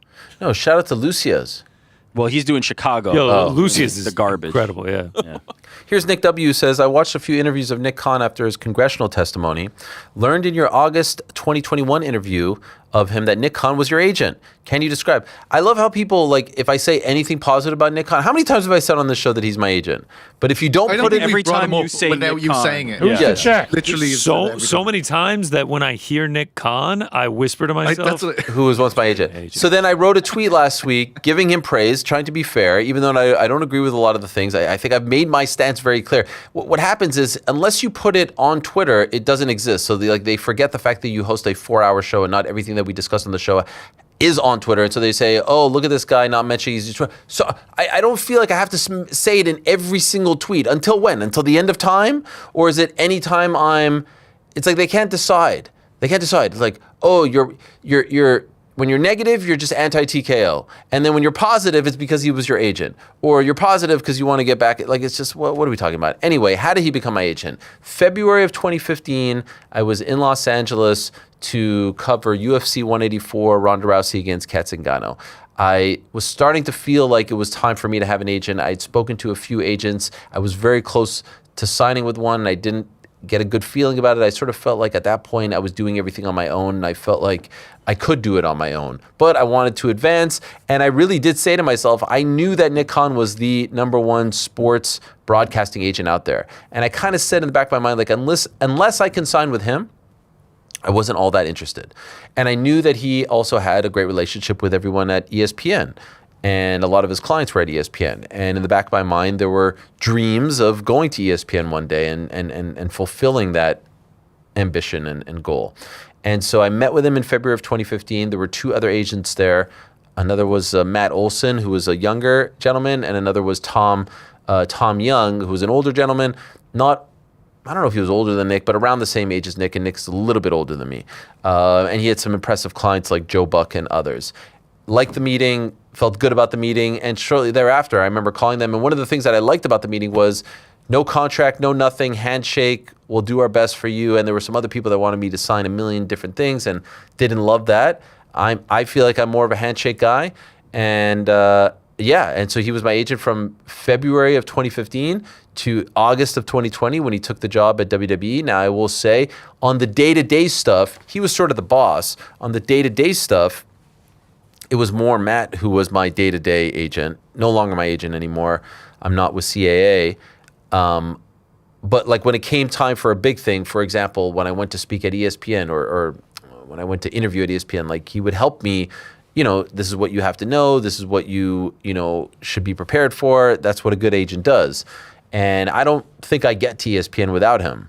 So I'm very grateful. And then he left in 2020 and that was it. We've obviously stayed in touch. Don't get to interview him on the show like others get to interview him, but would love to have him on the show. Would love to talk to him about all the things that he is doing. And I try to be as fair and unbiased and balanced. I can't erase the fact that we worked together, for that 5-year stretch. And I've said time and again that he's one of the smartest businessmen that I've ever talked to, that he was always 3 steps ahead. I always say that. And the times that I did get to sit with him, there was one time before a UFC event, I think it was in New York, when we went to lunch. And I just remember leaving that meeting being like, I feel like I'm 10 times smarter about the state of broadcasting. He would know about every deal. He would know about everything. He would know what was to come. He would know he was just a fascinating guy. So when you see him do his thing and speak as well as he speaks and as prepared as he is, I'm not surprised by any of it. I had great insight into all of that. And I feel like early on, people weren't catching what he was trying to do. And not in a nefarious way, but like just how smart he was. And now you're starting to understand how smart he is. He's the brains behind Zuffa Boxing. He's the brains behind WWE, in my opinion. Whether you like that or not is up to you. And I'm grateful for the experience, but I have no ties. I have no, I don't work for them. Heck, we don't get them on the show. We hardly get anyone on the show. So, I feel like I keep it real in that regard. Any key lessons you learned from observing him communicate, negotiate? He was just a very smart, tough negotiator. Very, very, very smart, very prepared. I always would tell him that I thought that he could host his own show because he has such a presence and a voice, vocabulary. But obviously he had greater aspirations. And I don't think that this is the end for him, like the end goal. I've also said on this program, I feel like he's going to be like the head of Disney or Marvel or DC. He is going to be supremely successful and more successful than any of the people that he ever represented. He's got a great backstory where he was a lawyer. He was actually on Wheel of Fortune. There's a clip of him out there as a young kid on Wheel of Fortune, and then he became a lawyer, and then he met Freddie Roach and Manny Pacquiao, and he worked on some deals, and through those guys is how he got into the world of broadcasting. Jim Lampley, Larry Merchant, others, Max Kellerman. Ariel, what do you think about the fouls in the NBA playoffs? Yeah, I think the playoffs have been great. How about those Orlando Magic? Magic up 3-1. Obviously, the Knicks series has been entertaining, if not nerve-wracking at times. What other series have I enjoyed? So Wolves Nuggets been great. Wolves Nuggets has been great, but somewhat like heartbreaking. Dante going down was hard to watch, and Ant going down hard to watch. Obviously, I feel more invested in the East. Like I'm actively rooting for the Sixers to beat the Celtics. Not going to happen. I'm actively rooting for the Magic to beat the Pistons, and I'm actively rooting for the Raptors to beat the Cavs. I'm trying to hope that all the the good teams get out. With all due respect. I think the Pistons are in trouble. They're going to lose. No shit. I mean, I think the Pistons are in trouble. I think the Cavs are going to win. Yeah, you have to admit, this is a little surprising, right? Not the Pistons. No, the Cavs. No. The fact that it's 2-2 is surprising. I thought they'd win one in Toronto, and then it would be 3-1, and then they'd close them out They at have home. the same issues every year. No. Yeah. Not at all. The East is not good. Who do you think wins? If the Knicks get by Atlanta, I know it's a big if, do you think they could beat Boston? Can they? Yes. Will they? No. That's what they said last year. Yeah, I mean, I didn't gotta see win Indy one of those coming. games. I didn't see Yeah. Indy coming last year, but no, I don't think the Knicks will beat Boston, but I think they can. GC, how do you feel about Game 5 tonight? Not great. Even when Game 3 was ending, I was saying to myself, I was just like, man, if all they have to do is just lose Game 4, and then it's 2-2. Knicks have home court advantage again. It's just like watching the series. To me, the way the teams have won the games, it shows that the Knicks are the superior team. Like it feels like the Hawks sneak by in the 2 wins they've gotten, where the Knicks have flexed on them in both of their wins and like kind of blown both of the losses. So I'll say 2 things. I don't think they're evenly matched, but I think it's been an entertaining series for the most part. I mean, I know the last game wasn't. I was way more nervous before Game 3 than Game 4, weirdly enough. I had such a supreme confidence that y'all were going to win Game 4. I was talking to my doorman before, who's a diehard Knicks fan, and I was just like, think y'all win tonight, and that means you guys are going to win the series. Yeah, I thought we would lose Game 3. I originally thought we were going to lose. I thought we were going to win 1 and 2, lose 3 and 4. So I thought we would be 2-2 going into 5. Now, obviously, we shouldn't have lost Game 2. I don't subscribe to the notion that we should have won Game 3. I know it was close. We shouldn't have won that game. I agree because we were winning essentially the whole thing. Game. But and for you guys to come shots, back, you guys to come back all the way and take the lead. Here's what I will say about GC. Very impressive. I'm impressed with your class because I am not a shit talker when it comes to sports. I don't do that. I take it so seriously and personally, and I thought that you would be more of a shit talker. It's the first time our teams have played in the playoffs, I think, since we've known each other. And, no, I'm impressed. I'm impressed because I have people texting me, like I got this guy that I just met, CBC guy, who literally, he's a big Raptors fan, so God bless him. But I hardly know the dude. And like the moment Game 3 ended, I got like an emoji, like the emoji, like getting nervous emoji, and I'm like, bro, I don't even know who the fuck you are, and I want to take my phone and shove it. The fucking like, ooh, this is looking dicey. Dude, worry about your own team. I get so mad when people text me that are not like, look, you can talk your shit if you want. Your team be my team, that's fine. It's not my style, but if you are not related to this story, you can't talk shit. That's Schadenfreude, right? Did I pronounce that correctly? That was pretty good. I'm a big shit talker when people talk shit to me. I don't like talking shit when it you comes to haven't done it at it's all to too me, personal. so there's no point. Also, it's a 7-game series. I talk shit after we go up 2-1. Now I think like we are not in a good spot to win this series. I would have egg all over my face. I just take it too personally. I'll just be honest. So I don't want anyone to talk shit, and that's why I don't do it to you. Like if I'm not a shit talker. I have two when it comes to sports. diehard Knicks fans in my life, and I know that it's just like it's not worth talking shit to them. You and Jake. It's just not fun. I haven't even been talking to him about it. I'm just like, it's better taking it. I'm just like, yeah, man. I've been watching the memes, Hawks. though. You can't lie. The fucking the memes have been Which memes? incredible. Oh, all the Knicks memes have been. What memes? What are you talking about? What? You don't? Your name is New York Rick. Memes? You didn't see any of those memes? Did you guys see the Ben Stiller thing?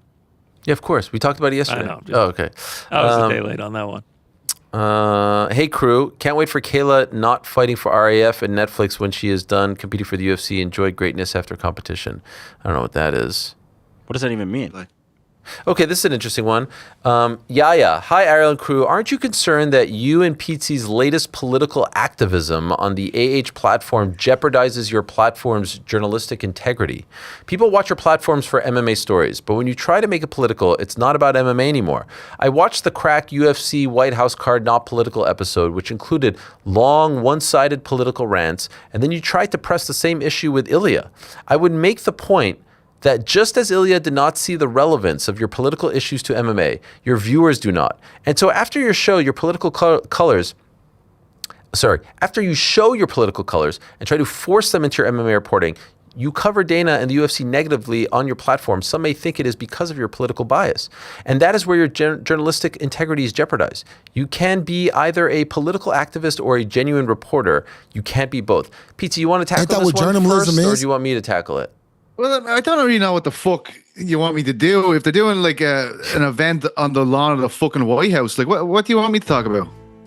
Do you know what I mean? What the fuck? What is the option there in terms of conversations we can have about that? Like, you're gonna have to talk about the fact that it's happening at the White House. You're gonna have to talk about why it's happening at the White House.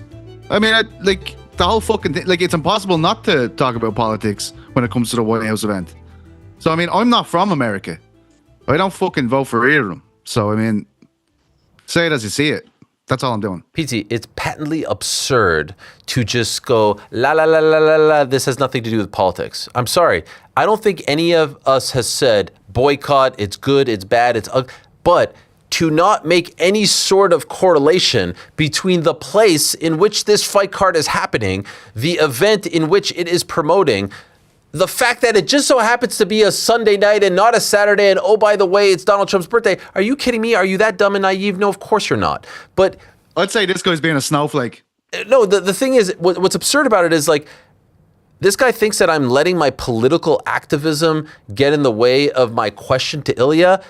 Excuse me, Ilya represents the great country of Spain. The president of Spain is not a big fan of the current president of the United States. He is fighting an American on the White House lawn on Trump's birthday in celebration of the 25th anniversary of the United States.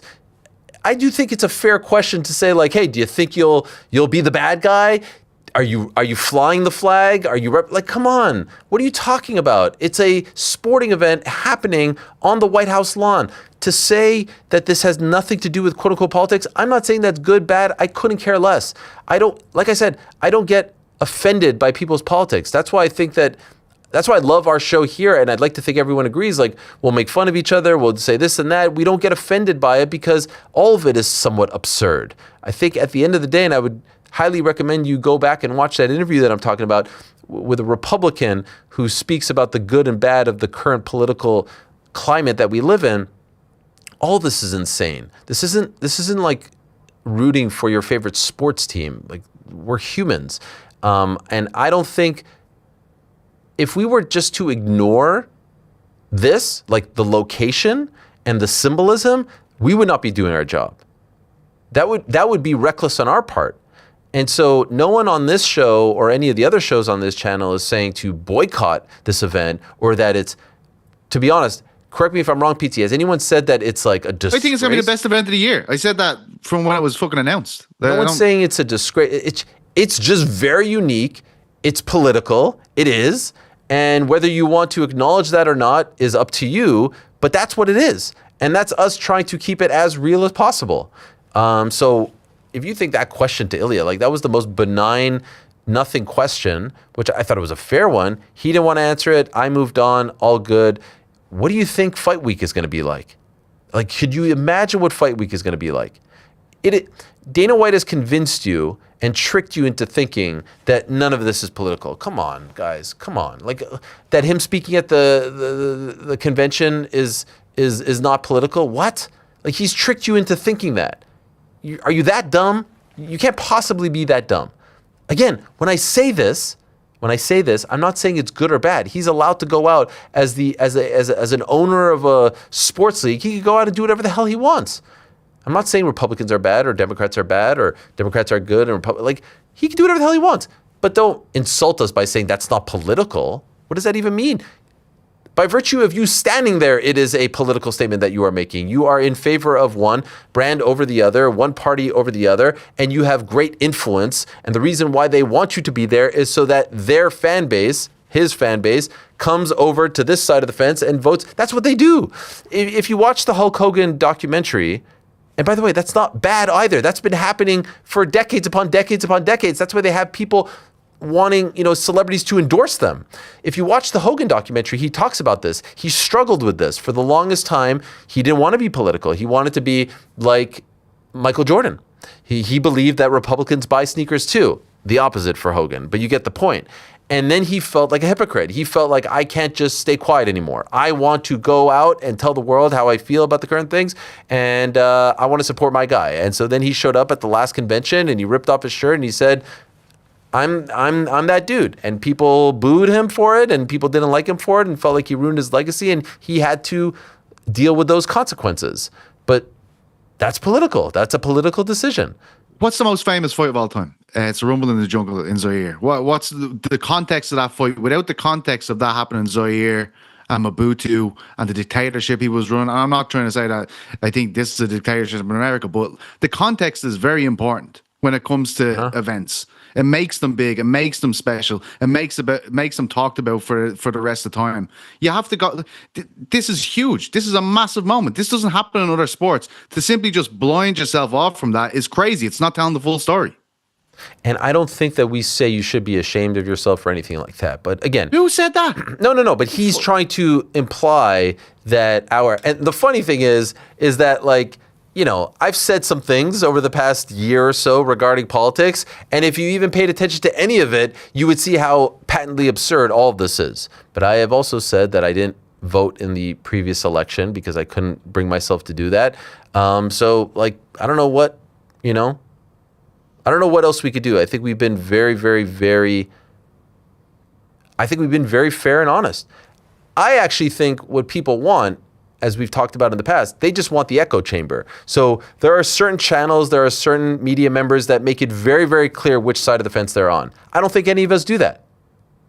I don't think we do that. I don't think if you go to our Twitter feeds, you see us retweeting a whole bunch of stuff or commenting on a whole bunch of political things. I think we keep it rather down the middle. And I think most people understand that. I was going to say, when do we say any disparaging comments about either political party? I'm stupid as fuck, man. I don't understand anything about politics. I don't give.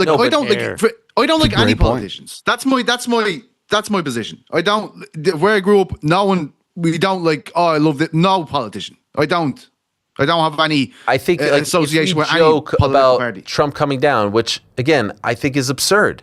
They take that as offense, but that I'm sorry, you would feel it's absurd if it was someone that you like, let's say you didn't like, because you take all of this way too seriously. We're just calling it like it is. Having an entrance for anyone at a UFC event and then having every fighter jump over the cage and kiss their finger and kiss their hand and praise them is absurd. Over and over and over. It's been going on for 2 years absurd. now. It wasn't a one-off, bro. I mean, it's a show at this point. Like, it is what it is. Yeah. I do see a lot of these comments though. Like, I'm not trying to say like, but I don't think it's.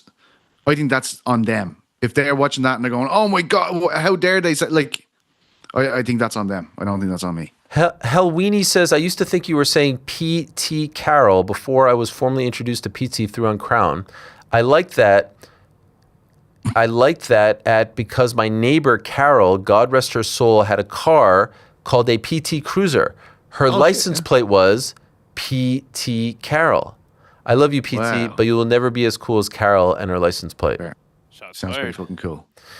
Ariel and the team, we are all one. You continue to keep me entertained and informed week in and week out. Thank you for your hard work. Quick question. Am I crazy for thinking in the year 2026 Ronda Rousey would beat Juliana Pena in an MMA fight? Appreciate all of you. Shout out Frankie. Well, I guess we're about to find out, right?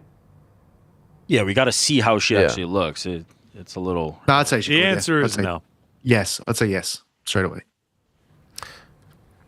We're about to see the kind of form that she's in. Helwani, did Till get any shit for breaking the fight news on your show? No.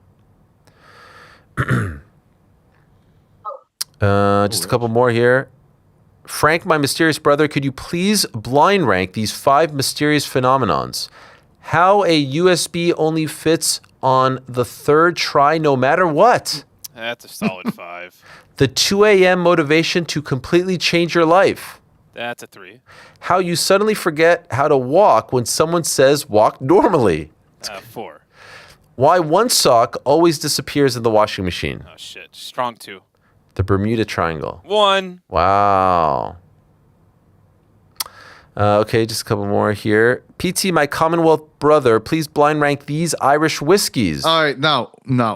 Ireland is not in the Commonwealth. Let's that's get messed that out up. right straight away. But Bushmills. 5. Green Spot. 2. Teeling. 3. Red Breast. 4. I'm not a big whiskey guy, truth be told, but I mean, I'm trying. Green Spot. We had some of that. GC. I drank a lot of Green Spot while I was in Ireland. Yeah. That was my That's go-to. very nice. Proper 12. 1. I can't fucking believe it. Should have gone Green Spot 1, man. Should have gone Green Spot 1. It's actually Bushmills. Proper 12. No problem, mate. Yeah. Oh, here's my good friend breeding out of the Blaine, and the guys told me what this was in reference to. Thanks. I appreciate it. Good day. Curious what you guys think. I just went on a 5.5-hour road trip last weekend to visit family. Had it been an 8-hour drive, I would have booked a flight instead. My question is, at what point do you say, how about we just take a round trip flight instead of driving? It's a great question. I actually was talking about this with someone. I feel like 7 hours is like the cutoff point. So if I can make it in 6 hours, I'm good. You know what I mean? Like 7-8 hours is a bit too much. I'm going to make a prediction. Oh, wow. He actually predicts. Hey, Ariel will say anything over a 3-hour drive and he's flying. Absolutely not. I'd rather avoid the flight. So like when we go to Montreal, we often drive because it's 6-ish hours. GC will say almost never flying because he likes to stop at local food joints along the way during a road trip. I enjoy getting there quicker. Rick will probably miss the trip altogether because he's sick. He's actually just walked out of the room because he's sick. PT will fly no matter the distance just so he can get an airport beer. Wow. Listen, man, this is disgraceful. But yes, and I can drive anywhere in Ireland in 3 hours, 3-4 hours. So you can still have a beer when you drive too. Yeah. Who's the check? Hamzako. Like that. That is not a bad drop. Frank, I heard you say you buy records. I too am a sick, sad loser. Okay. Name 3 of your grails? Oh, grails. All right. Grails. I don't know what that is. What is a grails? Grail, like one Like a that you're holy most grail. proud of. Yeah. I would say it's Mastodon's Crack the Sky. That's on 2 LPs, 45 RPM. Genocide Organ's debut album from 1989. And then probably... what PT? And then probably go with Skinny Puppy, Too Dark Park. Okay. Canada's own. Oh, yeah. I was going to say that. I was going to add that. Little Skinny Puppy. Yeah, yeah. I don't even know. What is a Grails?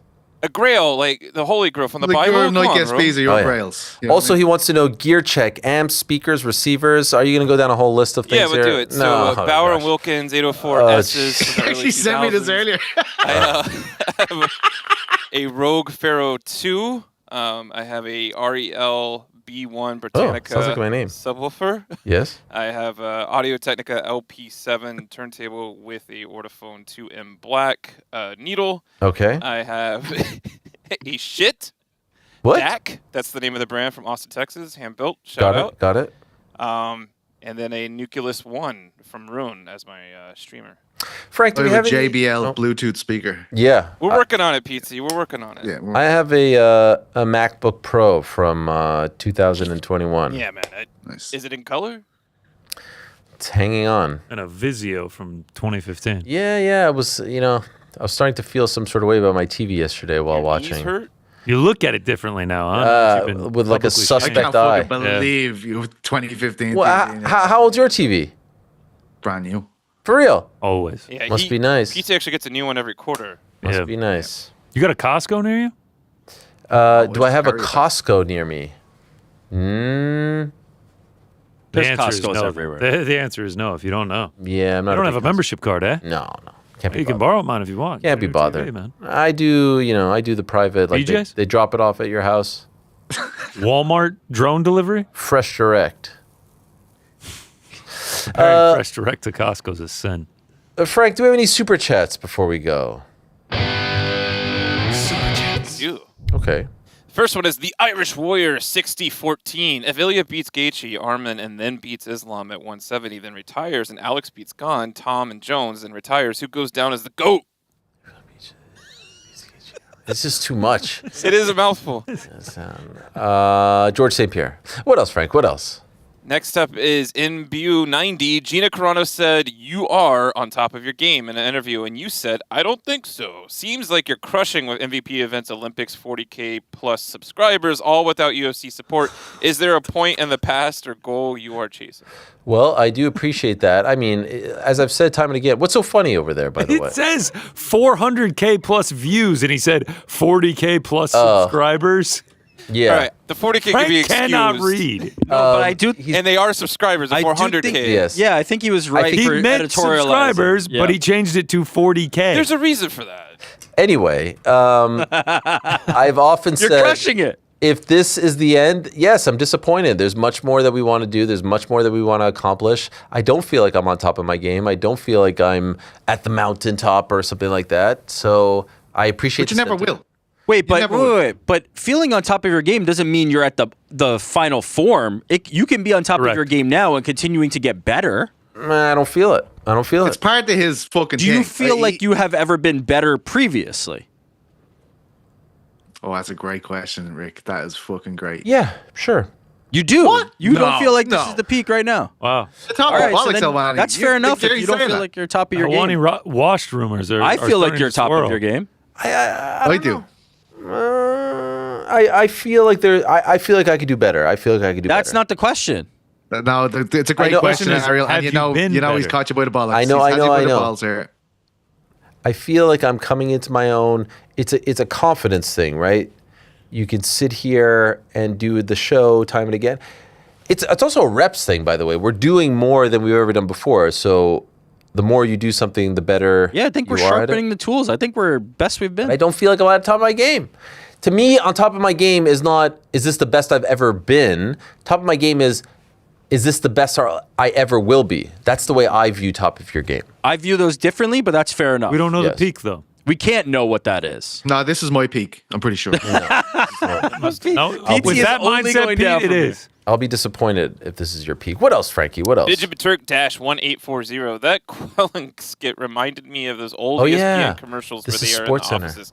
Pull those Oh, up. yeah. Yeah, I do yeah. remember the one for the Y2K. That was my favorite. Yeah, one, yeah, yeah. Where they had to like And show he what had ESPN would look like afterward. Well, you had the tie around the yes, head. There we yes. go. I You think it know. was Charlie Steiner with the tie. Yeah. yeah. The George St. Pierre one was great too. There was a lot of great ones back in the day. Rich Eisen and Dan Patrick and Stu Scott, Keith Olbermann. They were amazing. Did you know our old boss featured in one of those? Glenn Jacob. For a moment there, I forgot that you were here because I was like, who else would know this reference? And of course, Mr. ESPN. Oh, I thought you meant just because we got so used to Dan. I forget he's here too. No. I forgot. It's taking some time missed Dan. to remember that Same. Pete. Same. Jordan was in the mix again. Don? Who's Don? What else? Frank? no, What the else? Gator. Gator Dino. 117. Oh, We yeah, need that- Paramount we need to that one. post the full cards replay. Yes. We talked about Yeah, this. absolutely, man. Yeah, we're working on it. I believe Jordan has an update. Yeah, we do have a bit of an update. There is no full broadcast. That is correct. Yeah. Apparently, due to a licensing of the music, so they had to pull the packages. I Oh, that's guess. annoying. You can get a bunch It's of different versions. Watch it live. What do you want me to tell you? Yeah. Pull up the pit. Yeah. Watch it live. Exactly. What else, Frankie? What else? Quilly 7377. Any chance we could get soon to be two-time NBA Finals winning coach Joe Mazzulla on That'd be interesting. this offseason? He's a big combat sports He fan is. and an interesting cat.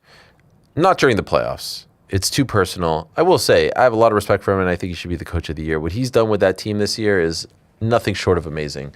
So I got respect and love for the guy, but I hope we beat their ass, and not during the playoffs. Maybe like in September, October, it could be fun after we beat them. It probably would have been more fun this offseason after we did beat him in 6. This is going to be so personal for Jason Tatum. Again, if I'm not overlooking the Hawks, and obviously they have to beat the Sixers, but it's going to be so personal for Jason Tatum. It's a little terrifying. What else, Frankie? What else? All I do is UFC. Ariel, I emailed my review, Wrestling with Shadows, as a work this guy. to the GOAT Rick. Hopefully he passes it to you. You're familiar with 80s NJPWS star Ricky Choshu? Is that New Japan? Koshu. All I do is UFC actually asked a similar type of Bret Hart question, and I skipped over it, so I'm going to do the same. Rick, are you going to pass along his work? Yeah, I will. I'll get on it. What else, Frank? Zombie Slayers. Been watching since AOL days. Thanks, Ariel and team. Love ya. You're welcome. What else, Frank? What else? Jake from Windy City. The World Cup is looking to be a nightmare. Yeah. Tailgating banned, insane price gouging, $150 train tickets in New Jersey. This is worse than TKO FIFA is a scam. Yeah, it's a bit of a bummer, but I think it will all come back down to earth. I mean, there's like a month and a half to go, so they've got to figure this out. Got to do something. Yeah. Do all the football fans of the world be like, I can't believe they're bringing this up. This is terrible. How they're Oh, yeah, they're going to get very, very offended by this. Yes, of course. What else, Frankie? What else? Faded perspective. Does anyone else miss the UI from the ESPN app? I pop in late to the Yeah. Paramount cards, and I can't see any of the fight results or current That fight was a good yes, I did like that. It had real-time stats. I like that a lot. That was a nice little feature. Is that what he means by UI, by the way? Or Yeah, is he talking about urinary tract? Well, that would be UTI. No. Yeah, that'd be UTI. What else, Frank? What else? Banana breakdown. What the fuck, Frankie? Where Whoa. is the brother drop? Oh, yeah. Brother. Oh, God. This is too much. What else, Frankie? What else? Dino Hum 1984 sends a twofer in. I'm legit worried about trying to attend the White House card fights because of how crazy everything is lately. Rick's hard take on the shooting being fake is muscle emoji, hashtag Frank DTF. Wait, is that what I said? I don't remember that. No, but Cedric. I have I said bad that? news for this We have it gentleman. on tape. He probably is not going to be attending regardless, so Yeah, I he don't doesn't think have to worry about it. Maybe he's talking about the Oculus thing or the ellipse. The ellipse. Zach Brown brand. All I said was, build the ballroom. That's all. That's my stance. Bill, why do you got to bring politics into Yeah, this? man. Yeah, fuck's sake. Chill out. What else, Frank? That's what I else? do. Ain't that what journalism is? Yeah. Victus Films, can you get Craig Jones on? Haven't heard about CJI 3. Oh, yeah. He's a bit of an elusive one. I'm not going to lie, so we'll work on that. Oh, what else, Frank? What else? J Rollins 529. Frank, you bollocks. You get my dog every time with Wow. the doorbell. I don't even have a bell. Which one? Yeah, that's an. Also, is that his dog in the profile picture? I think so. I also just like to say the dog likes the show. What are we gonna do? What else, Frank? What else? Conor McGregor tweet replier 5834. Frank, are you catching any of the Pachinko tour this year? Saw them live in Pensacola a couple weeks ago. They were insanely good live. I have to be quite honest, I am unfamiliar with your game, Conor McGregor tweet replier 5834. I will look into it, and I did happen to see that they're in Anaheim in a few weeks. Maybe I could check it out. Wow. I couldn't have guessed that from the pronunciation of Pachinko. We know I can't read. Could we just pull that up for a second? So Frank has trouble reading, but he can read this long ass username, no issues. Yeah, that is 400 that is wild. versus 40. Jordan, don't you have paternity leave to go on? One of my, you know yourself. One of my favorite Frank bits was when Frank was doing bunch of letters, bunch of numbers, just to shorten the usernames. That was fucking good. I like that. Shout out to Pensacola. Frank, I believe we have one last one. Yes. I was getting so bored of these super chats. It's one of the rare times that I actually went into the super chat channel, and I was like, "When is this going to end?" I'm just not. I mean, these are people paying good money. Anyone dropping 99 cents, we have to read this. I mean, it's How about torture. Canadian 2 from the City Life Project? What else, Frank? What else? Lastly, the City Life Project.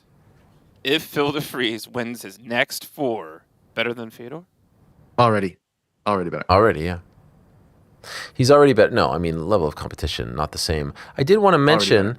I saw this clip of Mike Perry's face. What's going on here?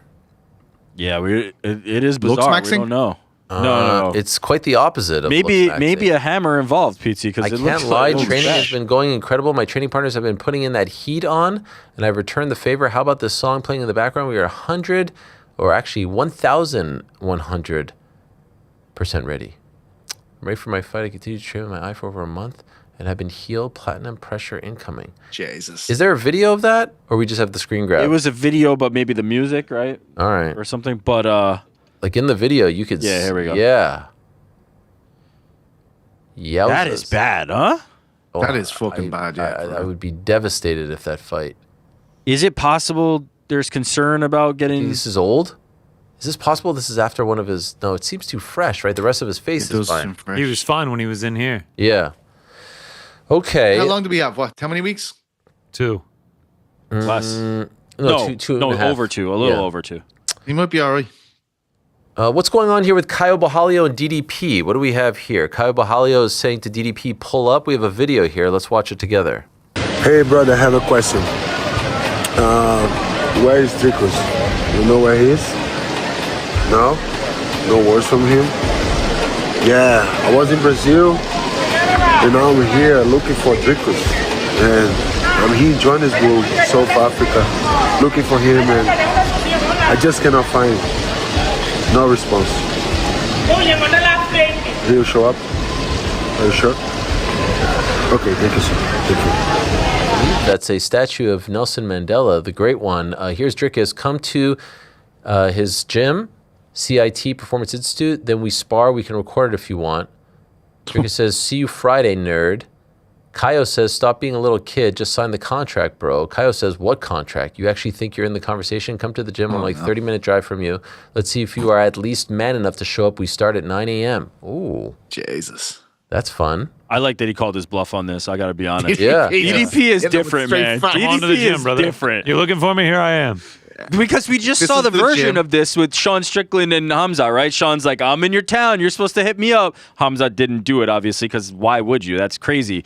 DDP is like, no, I'm going to do it. Oh, you're here? Let's record it. To the gym. Let's record this. I also like that he pushed back on the sign the contract talk. Yes. Because they always say that, and there's no contract. There's nowhere, there's nothing near a contract.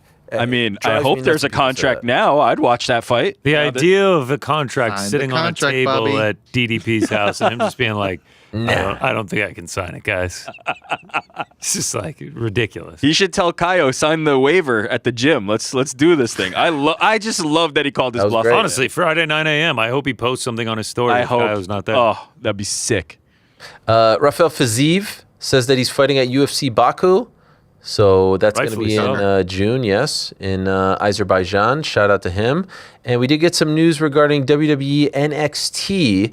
They announced that their premium live events are going to be on GC's former home, CW. Yes, sir. Shout out. So that's very exciting. That's the premium live events, sort of like their pay-per-views, PLEs, Great American Bash, Deadline Vengeance on the CW. How about that? Still going strong. And finally, a hearty mazel tov, a big congratulations to the Oliveras who got engaged. Truth be told, I think we all thought they were already married.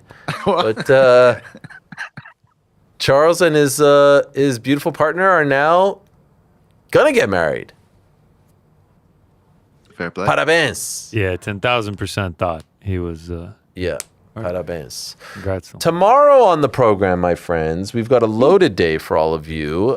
We will be joined by the one and only, the American gangster Chael Sonnen. And I have to say, I did not plan this, but Jorge Masvidal will also be on the show. I did not plan this, but they'll both be on the show. Crossover? We're also going to be joined by Merab Dvalishvili, the now former UFC bantamweight champion, and the great Matt Hardy is going to be joining us in studio, one half of the legendary Twist of Fate. Hardy Boys. Believe Twist of Fate was Jeff Hardy, but never. No, Swanton Bomb was fucking Jeff you know Hardy. what? Good on you. Thank you, mate. There's two things that I love so much about you, Pizzi, among the many things. It's when you react to the videos that we've all seen, but you haven't seen them, and also when you react to the lineup when it makes me feel good. Yeah, it makes me feel good. Did you like Lou today on the show? Truth be told, didn't watch. Didn't shout enough. Okay. I was a bit disappointed. In a couple moments with the lack there. of showing. He had some great points though. I mean, I like when he weighs in on things. I think he ruffles feathers, and I quite enjoy him. I quite enjoy listening to him talk. I didn't like what he said about Katie Taylor. Obviously. Yeah. You know what I mean? Yeah. Greatest female fighter of all time. She always spoke like that, Lou. Okay? Yeah, fair play. All right. Hopefully, we will see you all tomorrow. God willing, God bless. Remember, May 8th, put it on the calendar. No ticket to speak of just yet, but hopefully we'll see as many of you there. We know there's a few diehards in New York who always come to the live events in this area, so hopefully see you all there. And You want to buy ad space on the crack that day? I'll plug it for you if you want. That'd be for a nice fee. if you could give us the late push there, for the walk-ups. Big venue. We'll talk money, talk cheddar after this, and then see if we can. Frank, you could take us home here. Usually by now you sort I of... felt like you had something important to say. No, I have nothing. Unlike, most days. Here's Mohammed Makayev who says, heard UFC is looking for an opponent for Manel Cap in Baku. I ain't young kid anymore when I fought him back 2 years ago. You'll see much upgraded Mokayev. What do you guys think? You guys want to see that? No, it's Best of luck with that's a that. tough sell for me. It was not a good... The fight was bad. We don't Yeah. need to see it. Oh, was that it? Yeah. Oh, you were at it, right? Was that in the middle of the night? No, that wasn't. It was. Ah, That's your card. yeah, that was tough. That was tough. That was tough. It's tough. Yeah. Here's Ryan Garcia. What's he saying? I'm still gonna read the news and notes as we do this. Ryan Garcia says that the Devin Shakur fight is not happening. There's no way Devin is going to fight Shakur or vice versa. I'd bet whatever on that. Is that the fight that Shakur was referring to? Now, Shakur... There was a lot of talk about the fight. Yeah, Shakur has weighed in on this. What has he said? I know fans like to get excited and they could play with y'all heads and manipulate y'all easily, but the rumor is capped for the second time. I haven't heard one word about that. I don't know what they're trying to cover up or disguise, but for me and my team, we haven't heard SHIT. And what about Israel Adesanya joking about the UFC 6 cover? He says he's now been on the cover 3 times because, yes, that is, in fact, his shoulder in the shot right over there. Congratulations, Mr. Stylebender. Thank you very much, all our guests today. Arnold Allen, Phil DeFries, Lou DiBella. Thanks to you. Thanks to that. Back to Bar State Type Places. Peace out here. Brother.